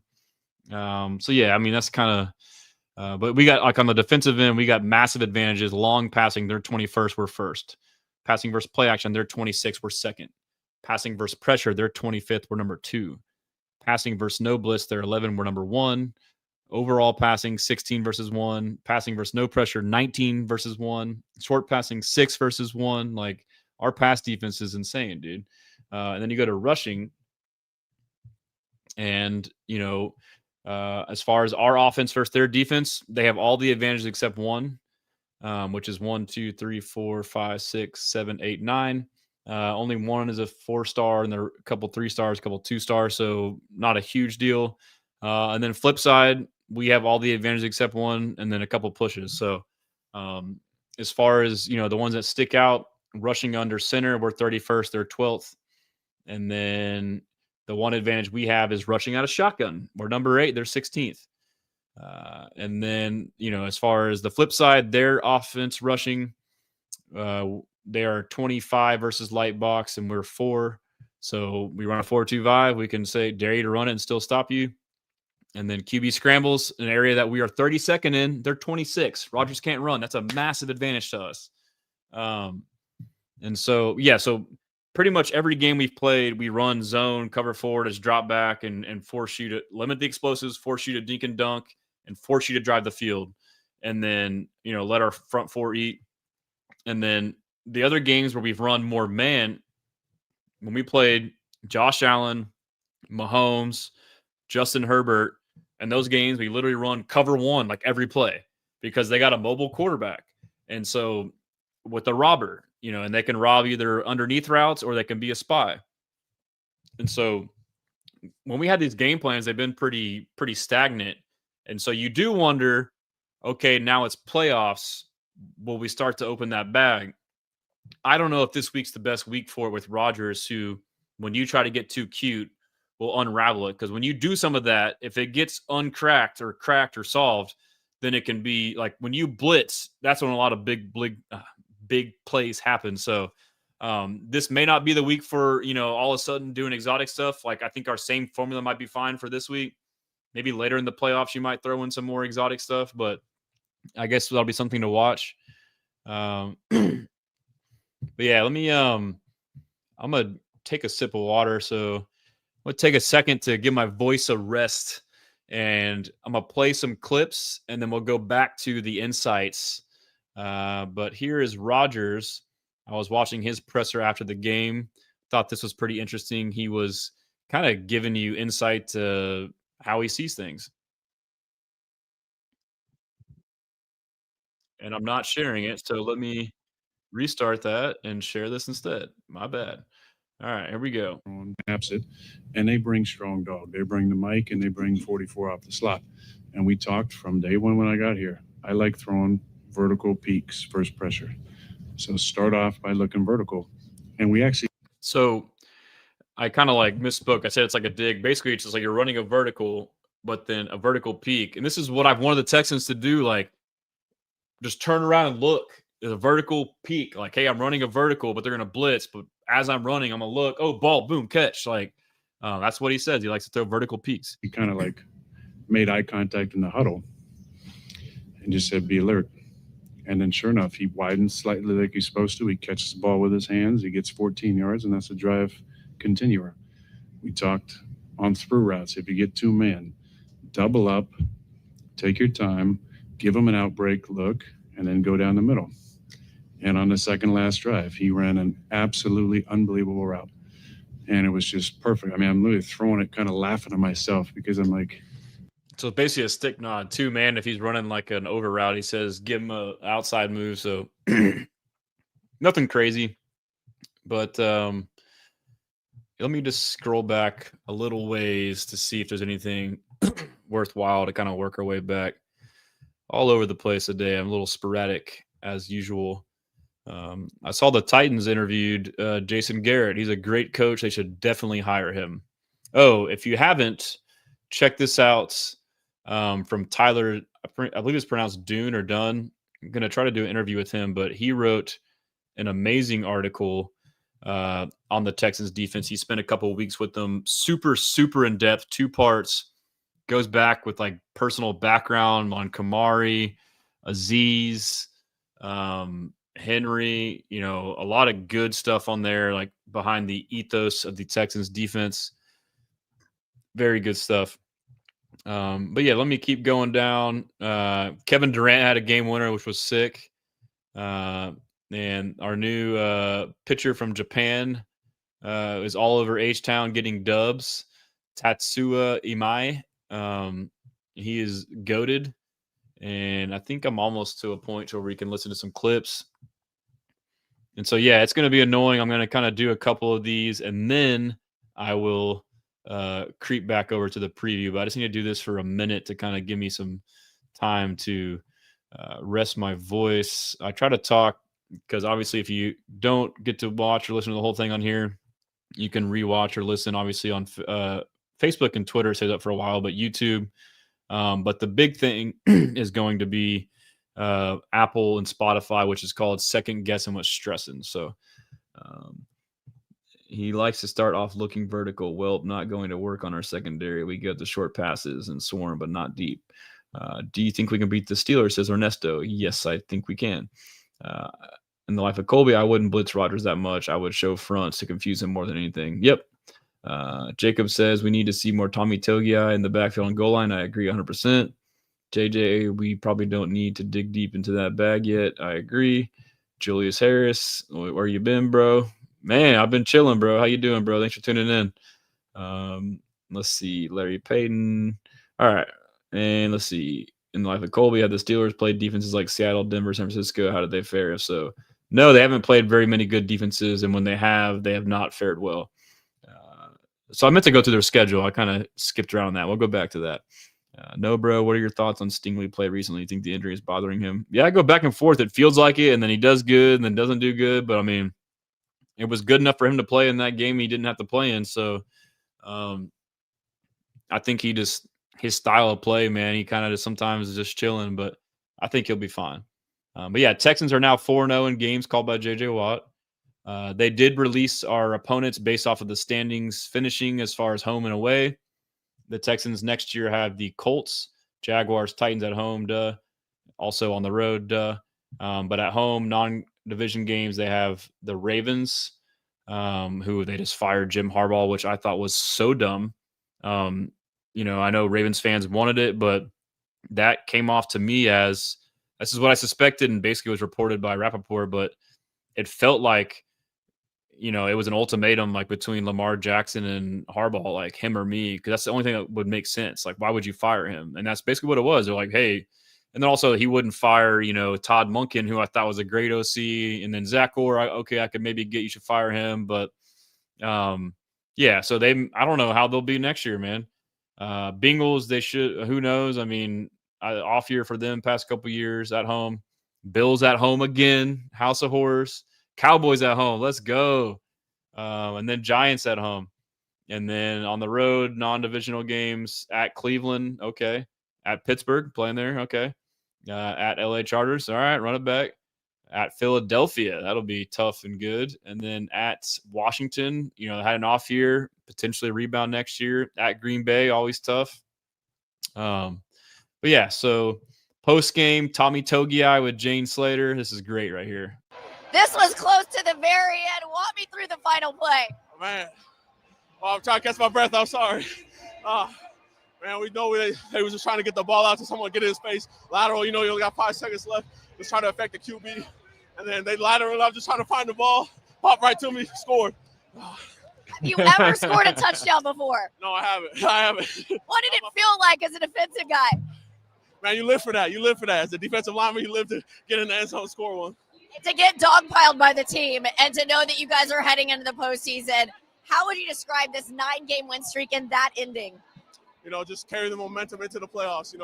We got a good thing going. We just got everyone be on their job, execute going into the playoffs. Did someone grab that ball for you, I hope? Yeah, they told me they got it, so I'm glad someone got it. And where's it going to go? In the house and go play, pace it up, first touchdown. Catch your breath. What a game. Thank you. He didn't know what to say, bro. To He's also like a shy, quiet guy. That was a dope interview. But yeah, so that play was sick, dude. And here's D'Amico. This was kind of funny. Not funny, but cool. When Davis, went in there, I know we were a little bit ahead of the 2-minute warning there at the end, and I told the guys it's time for a little Mills magic. Like that's what he's done before. We've seen him, lead our team to victory there in 2-minute situations. So everyone was calm in the moment, understanding that we knew Davis would be able to make the plays to get us down we want to get in range there to hit the field goal, and Davis did exactly that. We threw the ball, ran the ball, whatever we needed to do to gain yards. So did we see what would have happened? Would we have been, if we would have lost that game, would we have been the 6th seed? Because the Bills are 12-5 and Chargers 11-6. So we would have been the 6th seed and we would have been playing Jacksonville. I'm pretty sure is how that would have been. So crazy it turned out that way. Yeah, we'll do a couple more videos to give my voice a little bit more of a rest. But yeah, here's D'Amico. Nah, that's not really worth it.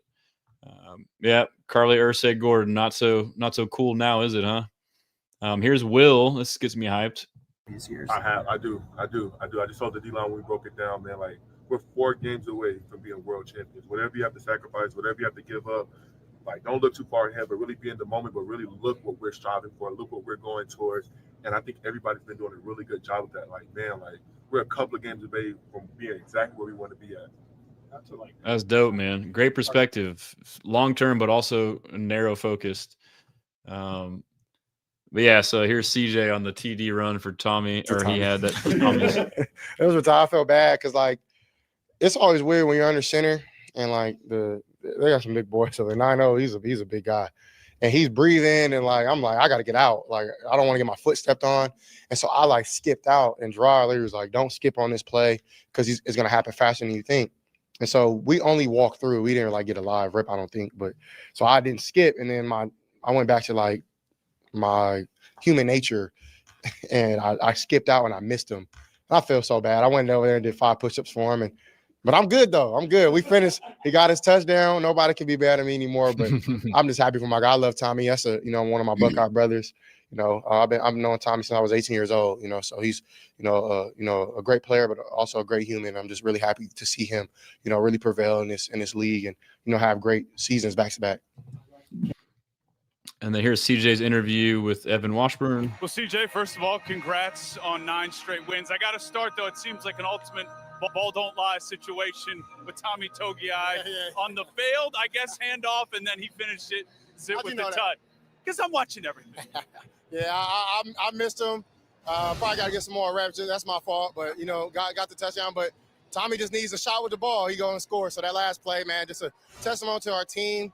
Our season, how it's gone up and down, the way we finished right there to finish the regular season was really amazing. Yeah, now we move on to the playoffs. You lock in the 5 seed. The Titans didn't help you out. So you're going to see on the road either Pittsburgh or Baltimore. What are your thoughts on those potential matchups? I mean, 2 great teams, 2 playoff-worthy teams that are, going to battle tonight. So, we'll be watching and, seeing who we're going to go and play. But, it's all about us. Everything that, we want is in front of us, and it's all for the taking, so we got to go out and do it. Yeah, you mentioned it. You've been in the postseason the last 2 years. What's different about this team that you think can maybe push through?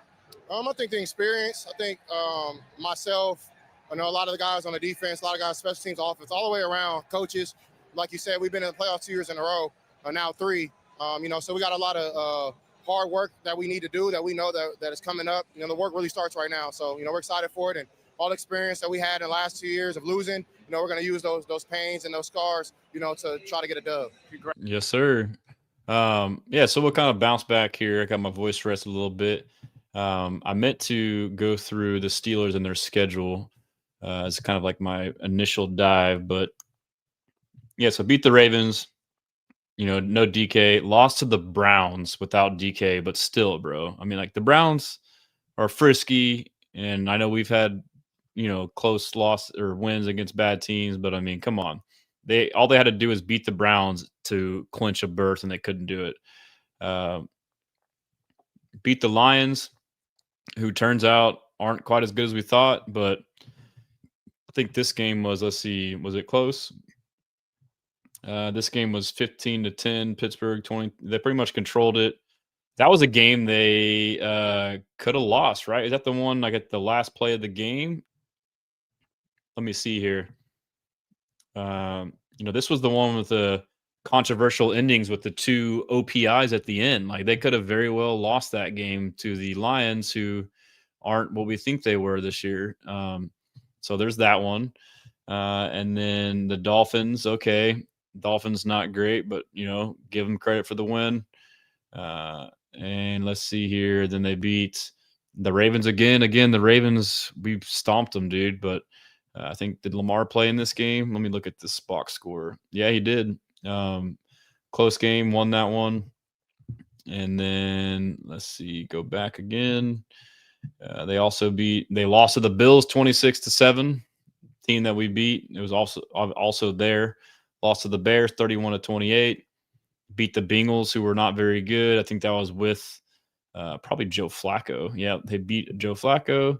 And then they lost to the Chargers at LA 25-10. Kind of got manhandled by them. And yeah, so that's a good defense. Rodgers was 16 of 31, 161, 1 touchdown, 2 picks. I mean, just looking at good defenses, Chargers. After this, I'll go to Rodgers' game log and we'll look at good defenses. Beat the Colts 27-20, which, we know about the Colts. Lost to the Packers 35-25 at home. Lost to the Bengals early in the year to Joe Flacco, I believe. Yep, that's right. I remember that. That was a sick Thursday night game, I believe. Rodgers and Flacco. Beat the Browns early in the year, 23-9. Beat the Vikings by 3, 24-21. Beat the Patriots early in the year, which is crazy, 21-14. And lost to the Seahawks 31-17 and beat the Jets by 2 points in the season opener. So they just don't. I mean, you go through all that, like, they're a playoff team, but like, your eyes tell you like they're not a great team. And then going through Rodgers' game log, good defense, Seahawks. He was 18 of 33, 1 touchdown, 2 picks. Okay, that tells you right there. Patriots, good defense, 16 of 23, 2 touchdowns, 1 pick. Pretty good game, and 1. Browns, good defense, 21 of 30, 2 touchdowns. Okay. Let's see. Green Bay, okay defense, 24-36, 2 touchdowns and a loss. Chargers, good defense, 16 of 31, 1 touchdown, 2 picks. All right, and a loss. Buffalo, pretty good defense, 10 of 21, 117. Gross, dude. And then let's see, Cleveland again, 21 of 39, good defense, 0 interceptions, 0 touchdowns. So, yeah, he hasn't played a ton of good defenses, and when he hasn't done well per se. As far as sacks go, I mean, the most he's had was week 1. He had 4 in a game, got sacked 3 times, about 4 times, 3 times in a game, 5 times, and then, a handful of 0s and 2s. So, but, yeah, I don't really know that they've faced a defense like ours. Obviously the Seahawks, yeah, but not a lot of them. So that's worth highlighting. And then now, going back over to the stuff over here. Yeah, so JJ Sugar, yeah, they're cooked. He says their record versus playoff teams is 1-5. Yeah, like, you don't want to sit here and get over cocky, but like, you look at this shit and it's like, all right, dude, like, look at their shit versus our shit. Like, who we played and how we fared versus who they played and how they fared. It's like, okay, we should handle this game. We will go as far as CJ will take us this year. I agree, and I think he can take us all the way, bro. Let's see. Did I miss some good dialogue up here? Yeah, Giants at home means no MetLife. Facts. Jags fans are delusional. Colts fans are also funnily mad at Carly Ursay. Them boys locked in. About to get a parade in February. Says Life of Colby. I think it can happen, man. But yeah, so get back to over here. Insights. Haven't even looked at these. Oh, there's only 2. Damn it, dude. I thought there'd be a bunch on here. So Steelers offense versus Texans defense. The Texans played in 9 games with fewer than 40 points in 2025, tied for the second most such games in the NFL. Only Cleveland had more with 11. Style of play, man. In games against teams to finish with the 500 record or better in 2025, the Texans allowed just 19.4 points per game, 5th. The Steelers 23.4 points per game, ranked 15th in the regular season. So, yeah, we fare well against good teams. DK versus Texans defense. DK Metcalf has been held below 60 receiving yards in all but 4 of his games in 2025 and has done so once since week 6. Since week 7, Metcalf averaged 4 receptions, 49 receiving yards per game. Metcalf was suspended weeks 17 and 18. In weeks 1 through 6, he averaged 3.8 receptions per game and 71. He hasn't had a good year overall and not very good lately. So yeah, it kind of sticks out. But what we can do is go to next gen stats and maybe just look at some stats. We'll go to EPA for quarterbacks, which is a team stat, but I think it also has offense infused. But Stroud is 12th with plus 31. And then let's look at Rodgers. Rodgers is 25th with minus 19. So Stroud is playing much better quarterback. You can boil that down to EPA per dropback. Same results, essentially. Stroud 11th, and then Rodgers 21st. But they're both taking care of the ball. Let's look at time to throw just while we're here. It kind of tells you how quickly the ball's getting out. Aaron Rodgers, 2.59 seconds. He's just throwing the ball. He's like Tua is the next guy at 2.65. So, I mean, he's just literally just throwing the ball on screens right away. So you got to watch out for tempo, no huddle, catching you off guard. It's only going to be like trickery, getting you off your toes.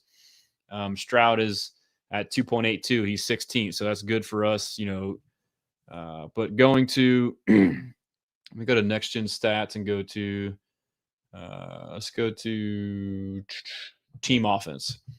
We're at team offense, yards per game. Obviously we're 18th, 327. Okay. Which, a couple yards away from being a couple spots higher. And the Steelers are 25th at 305. So they talk about our offense and our offense sucks. Their fucking offense sucks, dude. What are we talking about? EPA per play. They're 16th at minus 0.03, and we're minus 0.05 at 19. So they got us a little edge on there, slightly better. Pass yards per game. We are 14th, 218, and the Steelers are 22nd, 202. So EPA per pass, we are 13th, minus 0.01. They are 17th, minus 0.04. Where they're going to get us is the rushing game, obviously. And I think neither rushing offense will be great, but we're 22nd with 108. Actually, and they're 26th at 103. So, I mean, okay. EPA per rush. They'll probably get us an EPA. They're 13th with minus 0.02, and then our EPA is 29th, minus 0.1. But as far as quarterback pressure percentage, pressure rate, they both should be low because we both get the ball out quick. They're 22.6. It's because they throw it out quick. So, that's the give and take. Like if you don't hold on to the ball, you throw it out. Yes, you won't get pressured and sacked. But you also won't have explosives. So we're kind of seeing the same thing, but not nearly as bad as them. But for them, it's like no pressure, but also no explosives. We have some pressure, some explosives, but a lot of not pressure. But we're 10th at 31.9, and they're 22.6. So we may not get a lot of sacks, but, we've played games like this. I'm trying to think like the Broncos. That's how the Broncos are. Bo Nix, we pretty much shut down Bo Nix. He made plays with his legs late, but they literally just throw screens all game, and we shut that shit down. So, that's a great game to look at. This will be like the Broncos game minus the threat of a running quarterback. Trying to look at other quick throwing teams. But, yeah, that's the best comp. It's going to be the same game plan for the Broncos, but you change it without a running quarterback. And then team defense – and then JJ, I swear it's like Steeler fans don't watch games outside of their own team the way they talk about them. I mean, it's always the loudest fans that aren't necessarily the most honest. Life of Colby, if this was 2023, I would be nervous, but they've all been saying all offseason, they know it's at stake. Yeah, they seem like they're experienced and they've been kind of through the fire. So JJ says, I'm normally not this cocky, but our team is battle tested and their team is barely getting by. I agree, man. I'm fighting from being like that, but it's it just is what it is, dude. Berserk Rain, and it was your early season Patriots as well. Yep. JJ, no, I'm cocky as fuck with this one. See, I like how we go through it together and we kind of be like, oh shit, yeah, dude. But yeah, defense. I mean, yards per game, we're number one. Their defense that gets no respect is 26, 359, 356 yards per game. Come on, dude. EPA per play. We are minus 0.18, number one. And the Steelers defense is number 17. Okay, yeah. pass yards per game. We give up 183. That got skewed because of that freaking game, which is 6th. And the Steelers give up the 29th most yards per game passing. Let's go, CJ. 243 yards. Big game, CJ coming, dude. And then let's see, EPA per pass. They give Texans are minus 0.26, by far the best. And then they're 18th. So, yeah, their pass defense is not great. Rush yards per game allowed. Texans are number 4 at 93.7. Steelers are number 13 at 113.1. So, yeah, it may be tough there, but we've played much better run defense. We've played the Broncos. The Jags are number 1, played them twice. Broncos number 1, played them. Or number 2. Seattle number 3. So that's 3 of our losses right there against the 3 best rush defenses. Bucks, another top 5, number 5, another loss against them. So 4 of our losses are against great rush. So this is what I've been saying. Like, we are a run first offense. When we can't run the ball, we suck. And when we play really good run defenses, we suck. Jaguars, Broncos, Seahawks, Bucks, all top 5. That's 4 of our 5 losses right there. And then as far as our other loss, forgetting on top of mind right now, but so the Steelers being 13th, they're not bad, but they're not great. So that's a good sign for us. Let's see. And we can, since there wasn't as much metrics, we can do a little more in depth on as far as inside versus outside. But EPA per rush, as far as defenses go, the Texans are 10th, minus 0.07, and Steelers are 20th. So, yeah, their rush defense isn't great. Quarterback pressure percentage. Again, Texans, they're 18th, which is 33.9%. It's a product of offenses not allowing us to rush the passer. And then Pittsburgh, maybe in a similar situation, they are 32.9%, right behind us at 20. But as far as like rushing, let's go to run defense, and we'll go to inside the tackles. Let's see. Is JJ on the columns? We need him. O has made some improvements since then, including O-line changes. I'm confident. Yeah, we've had a lot of changes. How do you feel about the Watt Bowl, TJ or JJ? I bet JJ is rooting for TJ, man. And he probably won't admit it, but he is. In the life of Colby, facts, bro, this defense is capable. Just manage the game. If you get kicked, nothing but field goals. Yeah, I mean, people are going to hate it, but like, we hate it. We win. It's like, all right, cool, we won. So, and then we kind of like talk crap about it, but like, we want to win. That's it. Yeah, so this is the rush yards inside the tackles. We don't give up very many. We're 9th. You know what? We love to run inside the tackles. Steelers, they give up 53 yards inside the tackles per game, 23rd. So let's look at what that would be for. Is there EPA for that? EPA per rush. The EPA per rush inside the tackles is, if they want to run inside, they're more of a wide zone team, but we're 6 in EPA inside the tackles. Defense, they're 18th. So that matches up well for us. We like to run inside the tackles. We're not super great at it. We'll be able to have success. So I don't know if you want to do all this crap right here. Stacked, light box percentage, stuff percentage. I guess you could do that.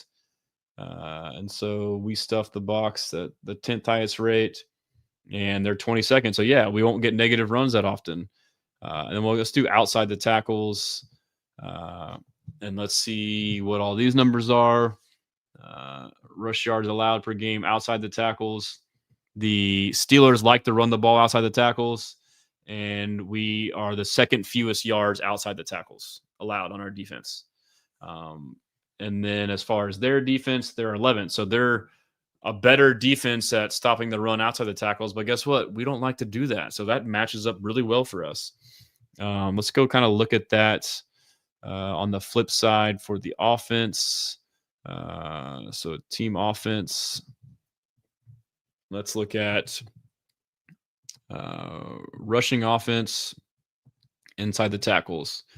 And so rush yards per game, we're 12th with 55 yards, but rush yards per play is probably not a good average. Yeah, you can see our average is 25th. So we just basically run the ball up the middle, up the middle, up the middle until we get yards. Hey, but let's look at the Steelers. You're going to see, let's go outside the tackles. And, you know, my suspicion watching them, Gainwell, Warren, they're an outside the tackles team. And we're really good at stopping the run outside the tackles. Let's see where they are. Rush yards per game outside the tackles. The Steelers are, man, where are they? Where are they? I'm tripping right now. All right. The Steelers, why can't I see them? Outside the tackles are 26, 103.8 yards per game. Damn. So they're not even great at it. That's what they like to do. Run percentage. That's not going to be. I'm trying to see the total number. Let's see where they are, like on the number of runs outside the tackles. Yeah, so they have 231 outside the tackles, or at league average. But EPA per rush. Let's do that. EPA per rush. Man, they're minus 0.07. I don't know. I heard some stuff and thought that, but that's outside the tackles. Let's see inside the tackles again real quick to check.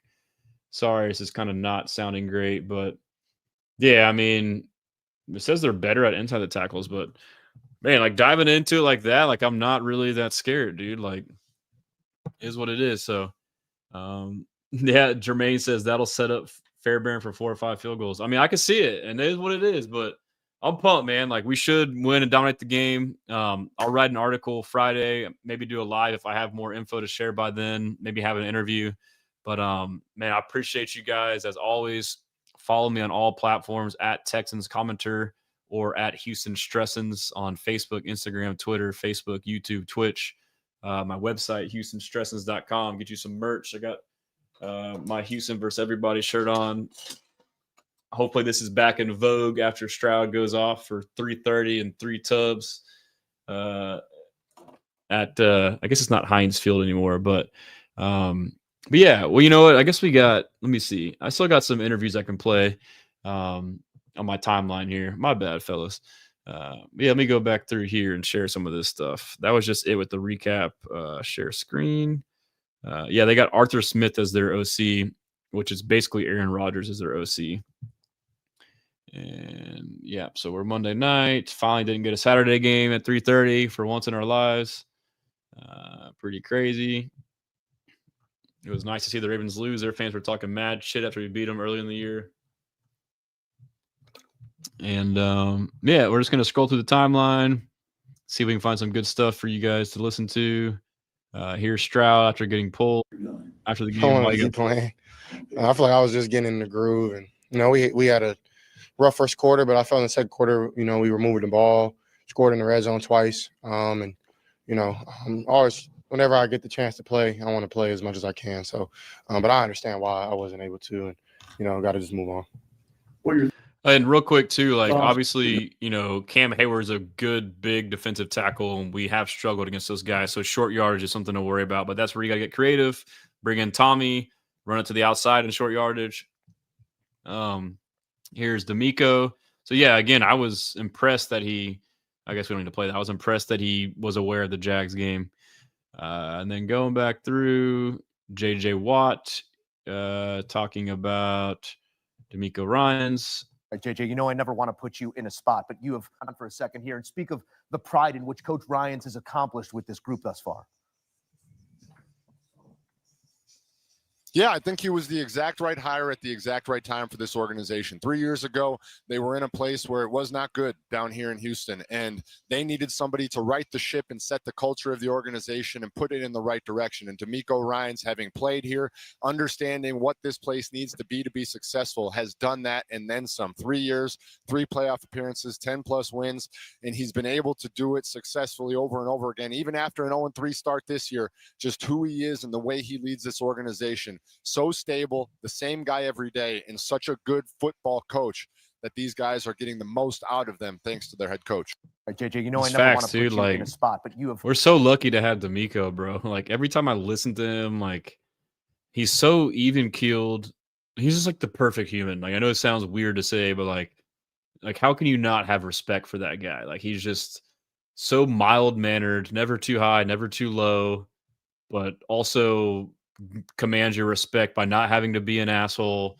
Very positive, super fucking smart, dude. Like, I listened to all of his interviews with Vandermeer and whoever and whatever, but like when he tells you stuff about the opposing team or players, like that shit fucking happens. And like I can kind of pick up like when he talks about certain players, like you can tell when like you ask a guy like, oh, about this guy, like, oh yeah, he's good, but like when someone just like voluntarily like talks about a player or lights up, like all the players that like you can tell that he likes more than others just by the way he reacts, responds.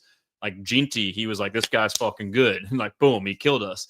Like last year was Lad McConkey. He's like, Lad's a stud. Like we wanted him and he killed us. Like, so, I mean, it's just a lot of stuff that he says and it happens the way it does.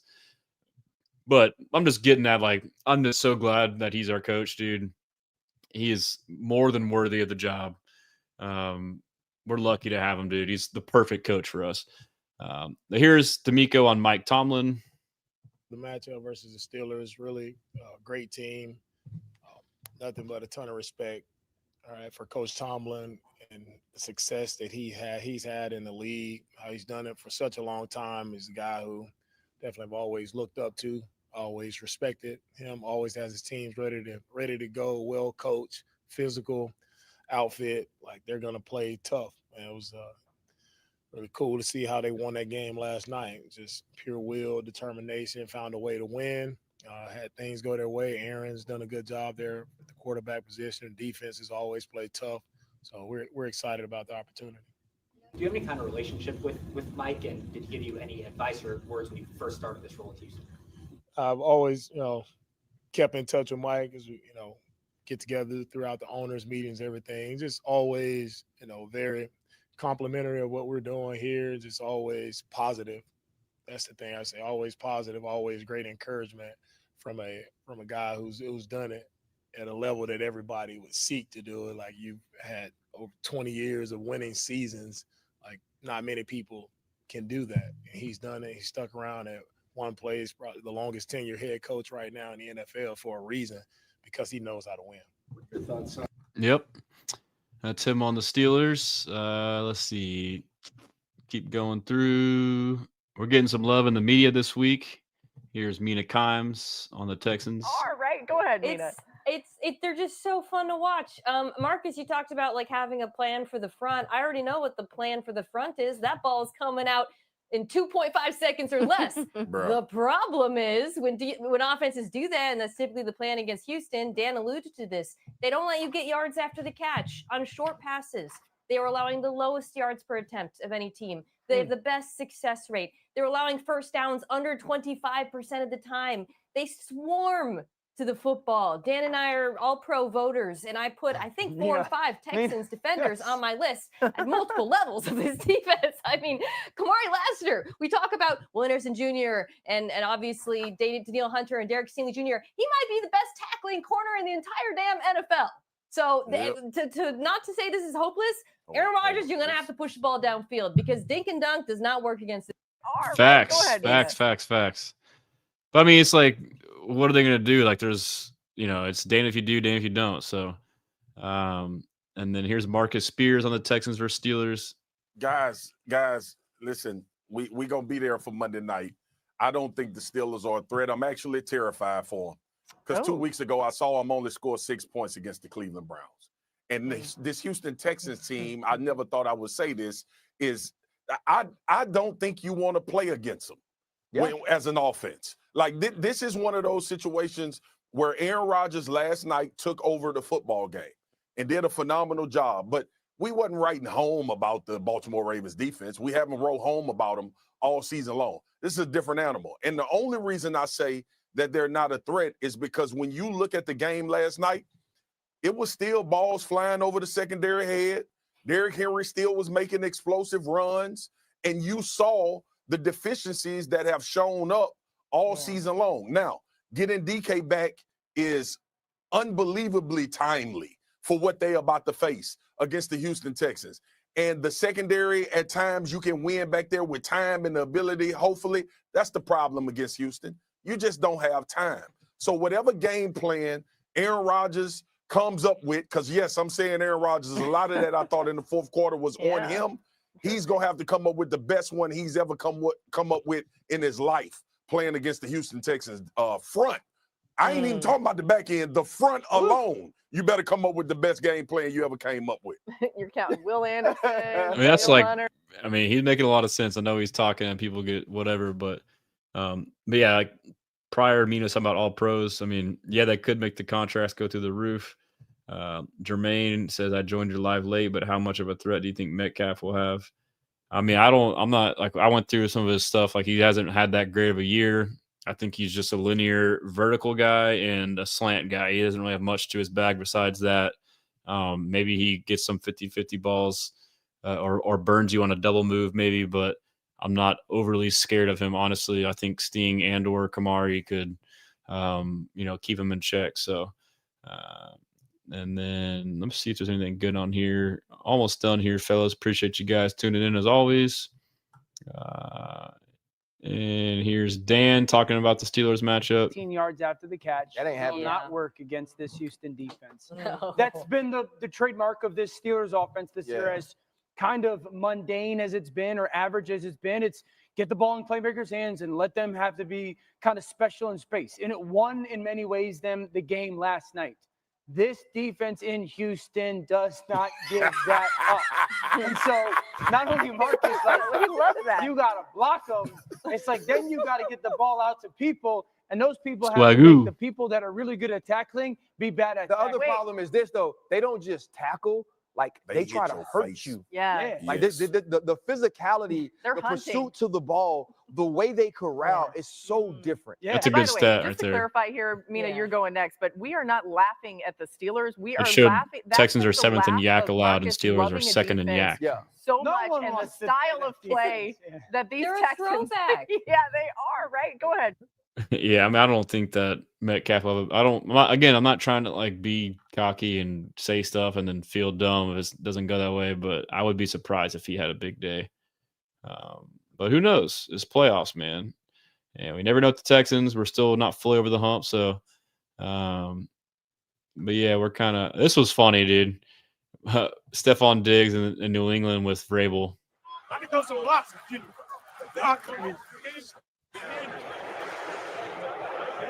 Ready to block. Hey, how do we go 250 yards in 3 quarters? He ain't blocked one time. Hey, but I was willing. I was willing. Hey, you heard him. I ain't trying to be on that tape. See this? This is not what we do. We finish over here. Vrabel will call you out, bro. He don't care.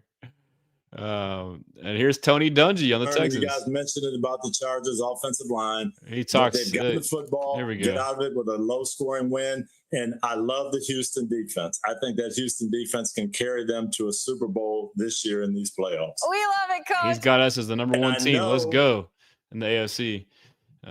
Kay Adams gave us some love. Oh, this shit was hilarious. So there's this guy that sells oysters. I found him on Instagram. I need to check it out. But these videos are from like 2, 3, 4 weeks ago. Like, and I montage them. But Trent Brown eating these oysters is fucking hilarious. Like, it's just not like, I mean, he's just awesome, dude. He's just like an innocent big kid.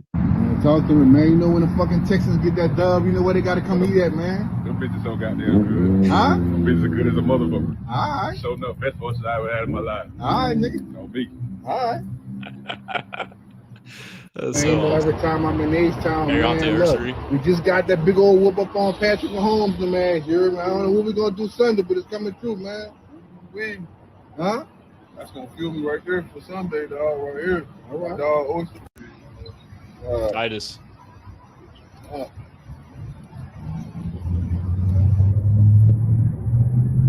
Fork is so small in his hand, dude. Right now. That's good.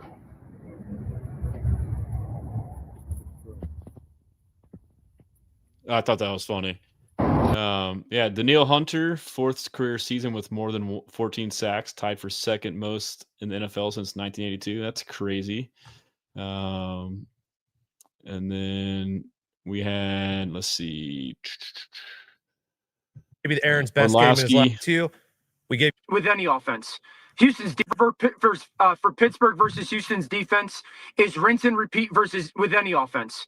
Houston's defense is ridiculous. We had to do we got to do the voting for the NFL awards and first and second team all pros. I struggled to not put 6 or 7 guys on their defense on the first 2 teams. It's that good. And so one of the things that Pittsburgh has thrived on offensively this year is yards after the catch, because they get the ball out so quickly. Aaron knows exactly what you're in. He's going to get the ball out to playmakers in space and yards after the catch. It's one of the best defenses in football in everything, but certainly defending yards after the catch. It's one of the best tackling defenses in football. And so that's the big challenge, is the thing that Pittsburgh loves to do, and it's really kind of kept them afloat this year offensively, is the thing that Houston Marquez, Valdez, Scantling dominates with. They just thrive in it. And so this is not going to be an overly complicated thing for Aaron. He's going to know, obviously, Ravens Aaron, he defense knows is who so most ass, people dude. are in defensively. You put up 40 but plus he will know points on that exactly what defense. Houston's in. They're not, schematically incredibly creative, especially on first and second down. They're going to play 4-man front. They're going to play in quarters. The thing is, it happens so fast, and they got people who can cover. Both Stingley and Lassiter can check DK. I'm sure it's going to be a great battle, but DK's not going to dominate that battle. Petrie's as good as a nickel as there is in football. I think the one thing that if you watch teams have some success against Houston defensively this year, you have to take shots down the field. You're not going to hit a ton. You have to. And it's just not something that Pittsburgh does. So It's true. I think it's Him a and pretty Mina are spot significant on. challenge. Yeah, so that's him and Mina both saying they voted for a lot of all pros for us. Yes, Aaron does have an injury to his left hand and re-injured it. Lecter Hawan says, don't know if you talked about it, but the field at Acrisure Field is hard to kick. Maybe weather is a factor on Monday. I'm a Steelers fan, dude, but yeah, I love your content. Oh man, appreciate that. Let me know your thoughts on the game. Like, obviously, I feel confident in the Texans and kind of talking myself more into it, but trying to not be a douche about it. But yeah, I mean, I should have talked about that. Obviously, Kaimi last year struggled in the playoffs against KC, but he did good this year. Similar conditions, environment, but it does look like he has turf. Like you can slip on. You saw some slippage, so the cleats will probably be different. Looked like obviously you saw a couple missed kicks late, extra point in a kick. So not sure if there's wind down there if it swirls, but any more insight on that would be cool. And just your general thoughts as we wind up. Let me know if you got any more questions about it. I always love to have the opposing fans in here. So I think Mike Tomlin's an awesome coach. His interview, I watched it today. He started out for just 10 minutes just talking and hit like every question you wanted to ask him. All these details about the game, about the Texans game. Dude, his press conference was legit. Rodgers' press conference was legit. JJ says you got to get some of these Chris Sims clips. He's a massive Texans glazer in his latest playoff predictions videos. There's some good stuff. Yes. Okay. I just haven't, for some reason, hasn't really come to my deal, but I will definitely clip those and post them. Cal and Hannah McNair were on Sports Radio 610 with Sean and Seth. And here is what Cal said. He said to D'Amico after the 0-3 start. So you knew it was there. You just couldn't believe you were 0-3. Yeah. I told Coach, this may be the best thing to happen to you. He said, what? I said, yeah, if you were 3-0, you'd think you're a really great team and really cooking, and you got a lot to work on this team. And he goes, yeah, we got a lot to work on. And yet you're one play away. You're a fumble going in to score. You're a missed tackle to win the game. And you get those, and now you get to really roll your sleeves up, test the mettle of your team, and you got to be better and really get this thing turned around. So yeah, that's one thing I'm always curious about. Great with point by Cal, because if you're 3-0 and you still have things to clean up, you can't get the message across. But now that it's dire, they take it, and it's been like that since the jump. And so, like, just simply like thinking, like, would you rather lose your 3 games like that early in the year or later in the year? Like, we already got it out of the way, so you're hoping that it's been corrected. Very astute by Mr. Cal right there. And then here is D'Amico when talking about the Tommy Togiai TD. I thought this was some cool nuggets here. Man, my mind is always racing throughout the week. And, Coach Popovich comes and was like, man, can we use Tommy on a short yardage? I'm like, of course. That's the guy. He's very dependable. Yeah. He's going to do what we ask him to do. Of course, let's use Tommy. And make sure he gets one to carry as well. So we had him a couple plays where we had him blocking, on the goal line. But when Daniil got the strip sack, Henry scooped up the fumble, and we're there close to the 1 or 2 yard line. I don't even remember. I just started telling Kay, hey, put Tommy in. Let's make sure we gets Tommy touchdown, because I told the guys on after Friday's practice, when we ran those plays, and I told the entire team after I brought them up, I was like, man, look, I know guys get excited for touchdowns, but when Tommy gets his touchdown, our whole team is going to be fired up, and I want everybody throwing up the celebration. And so I thought it would happen a little earlier on the fullback dive play. It didn't happen then, so it's very fitting that at the end of the game, the last play, Tommy gets it. And that's why our sideline they erupted. Everybody, I mean, we got coaches, trainers, I see everybody running down there. Were you down there? I saw you down there. I would have, but No, it was such a cool moment. I just want a big picture of. I want that framed of that last play of our regular season, whatever the excitement and joy on everyone's face. That's great. That's crazy. So obviously the big thing for me is Cole Popovich, one, is the one who asked to have him come over on offense. And then two, D'Amico is like, hey, put him in after the big play, because that strip sack fumble, or not strip sack, but it was a fumble that was off a sack. I don't know what it was, but Tommy caused that by pressing the pocket, and then Daniil, forced it, I believe, and then Henry T picked it up. So like, hey, reward the big man. And then the fact that like they talked about it and like talking about celebrating, and like that, also the reaction, like that speaks volumes about Tommy Togiai and what his teammates think of him. So, but yeah, so Darius Butler, does like basically his all pro team. He put Stingley in the secondary as a corner. And then he also he said he put Kamari as number 2. And then he said he put Kalen Bullock as the best free safety in the league. Just going back through, we got another Cal clip. This is something I preach about, having a hands-off owner, and here is Cal kind of reinforcing my belief on that.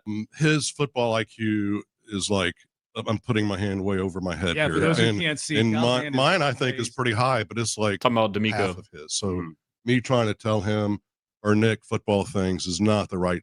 That is not my place. Do you ever have a moment in your head where you're like, you know what? I feel like they should run more 11 personnel, and then you're like, nah, I'm going to keep my mouth shut. I'm like, every time you run heavy, we run the ball. so quit doing that.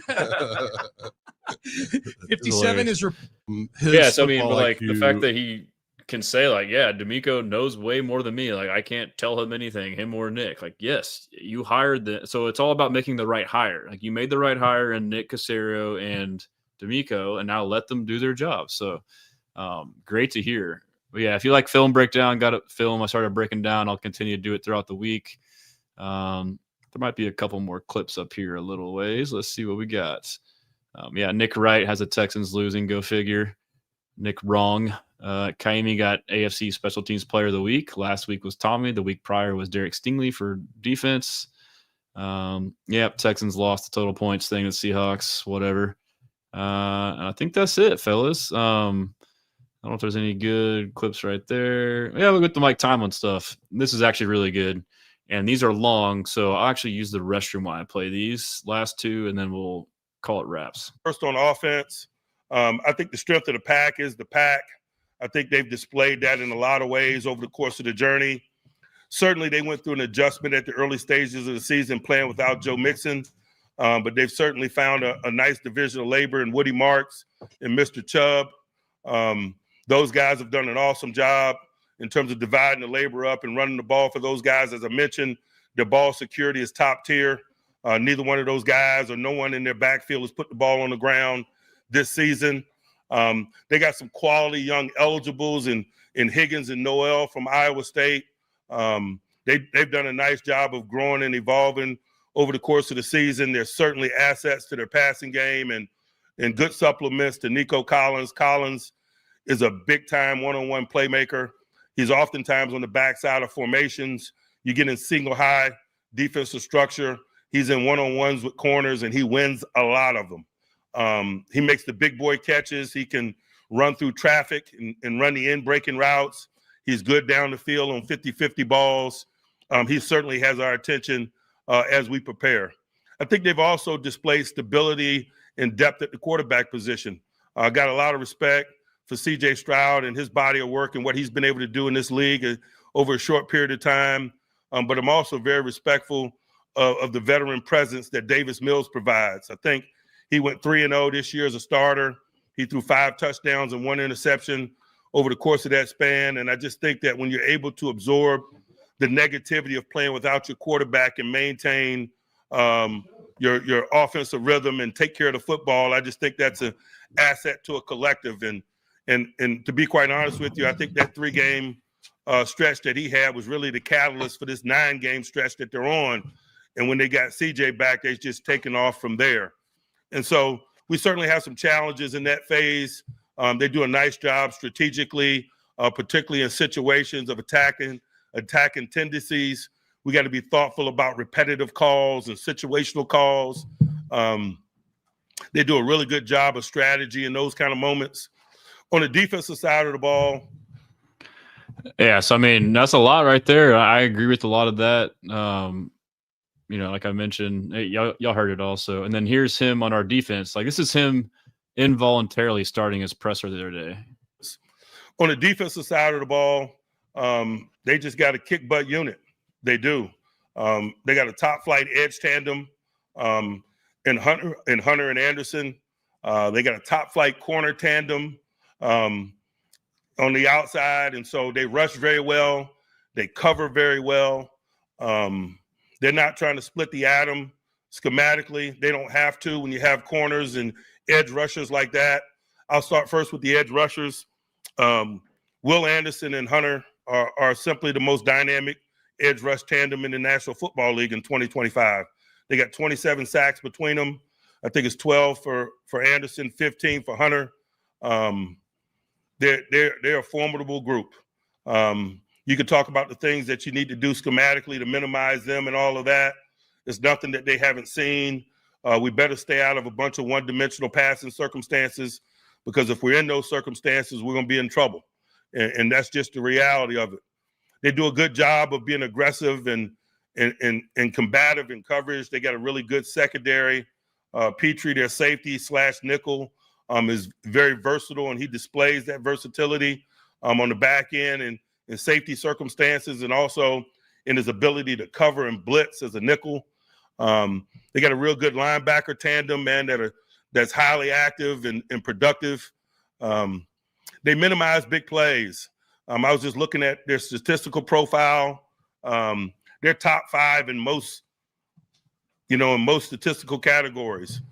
Points, I think they're number 1 in yards per game. They're in the top 5 in rush defense and pass defense, scoring, yards. And so certainly they've been top tier and elite in just about all areas all year with that group. That group sets the pace for them. They play with great energy and emotion.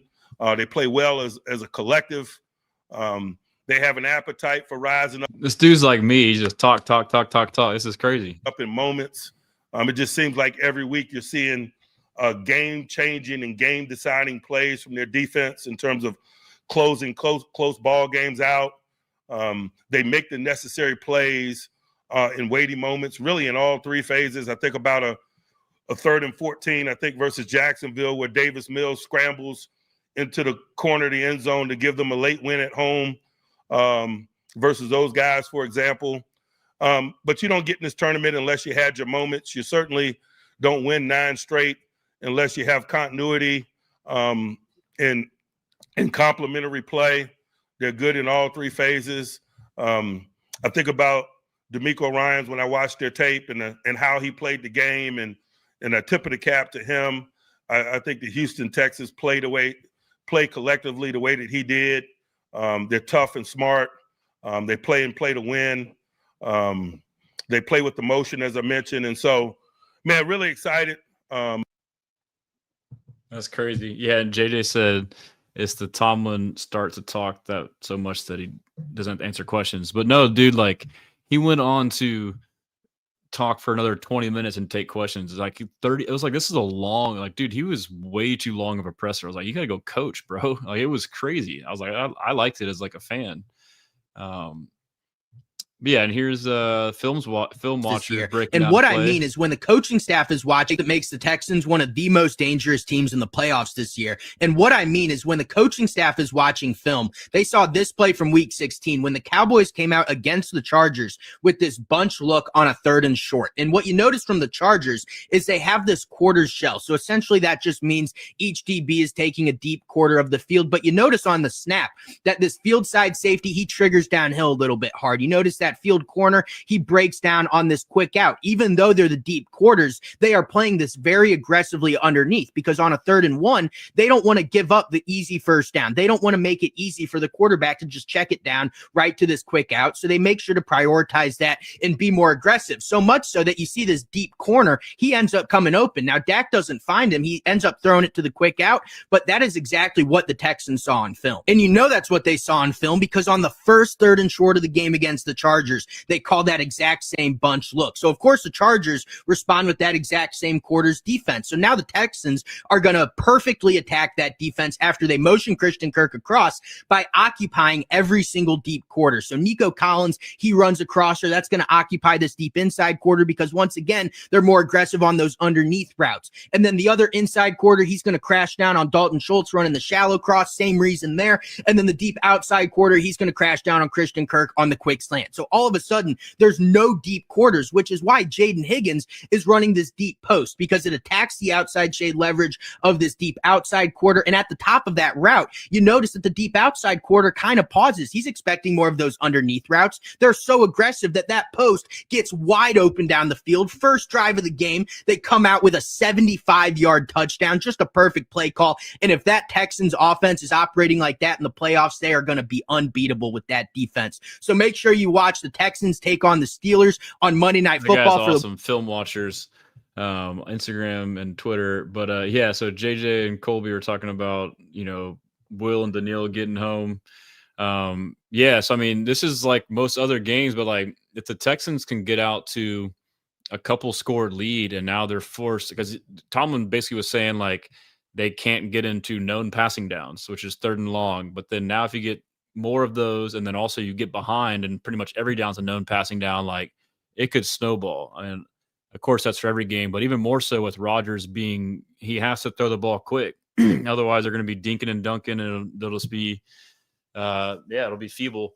And then, yeah, y'all's point too about it being a physical game. That reminded me, my point is the Ravens-Steelers game Sunday night was a very physical game. And, you know, we rested our starters, you know, couple of them, Nico and Kamari, before the game, and then most of them played half or less than half the game on top of that. So that's definitely a thing that bodes well for us being more fresh going into the game. So, but yeah, so that's all I got. Yeah, we made it to the end, fellas. But yeah, I might have a couple interviews lined up for later in the week. So just be ready for a random show if so. You know, until then, you know, if I don't have those, hopefully I'm in Pittsburgh rooting us on, but I appreciate all you guys tuning in. And yeah, I'm confident in the game. I'm eager. I'm anxious. Should be a good game. You know, I still respect the opponent. I still think it could be a close, tight one, but hopefully it's not. But yeah, until next time, we blessin'. And I can't find the end stream button. Peace.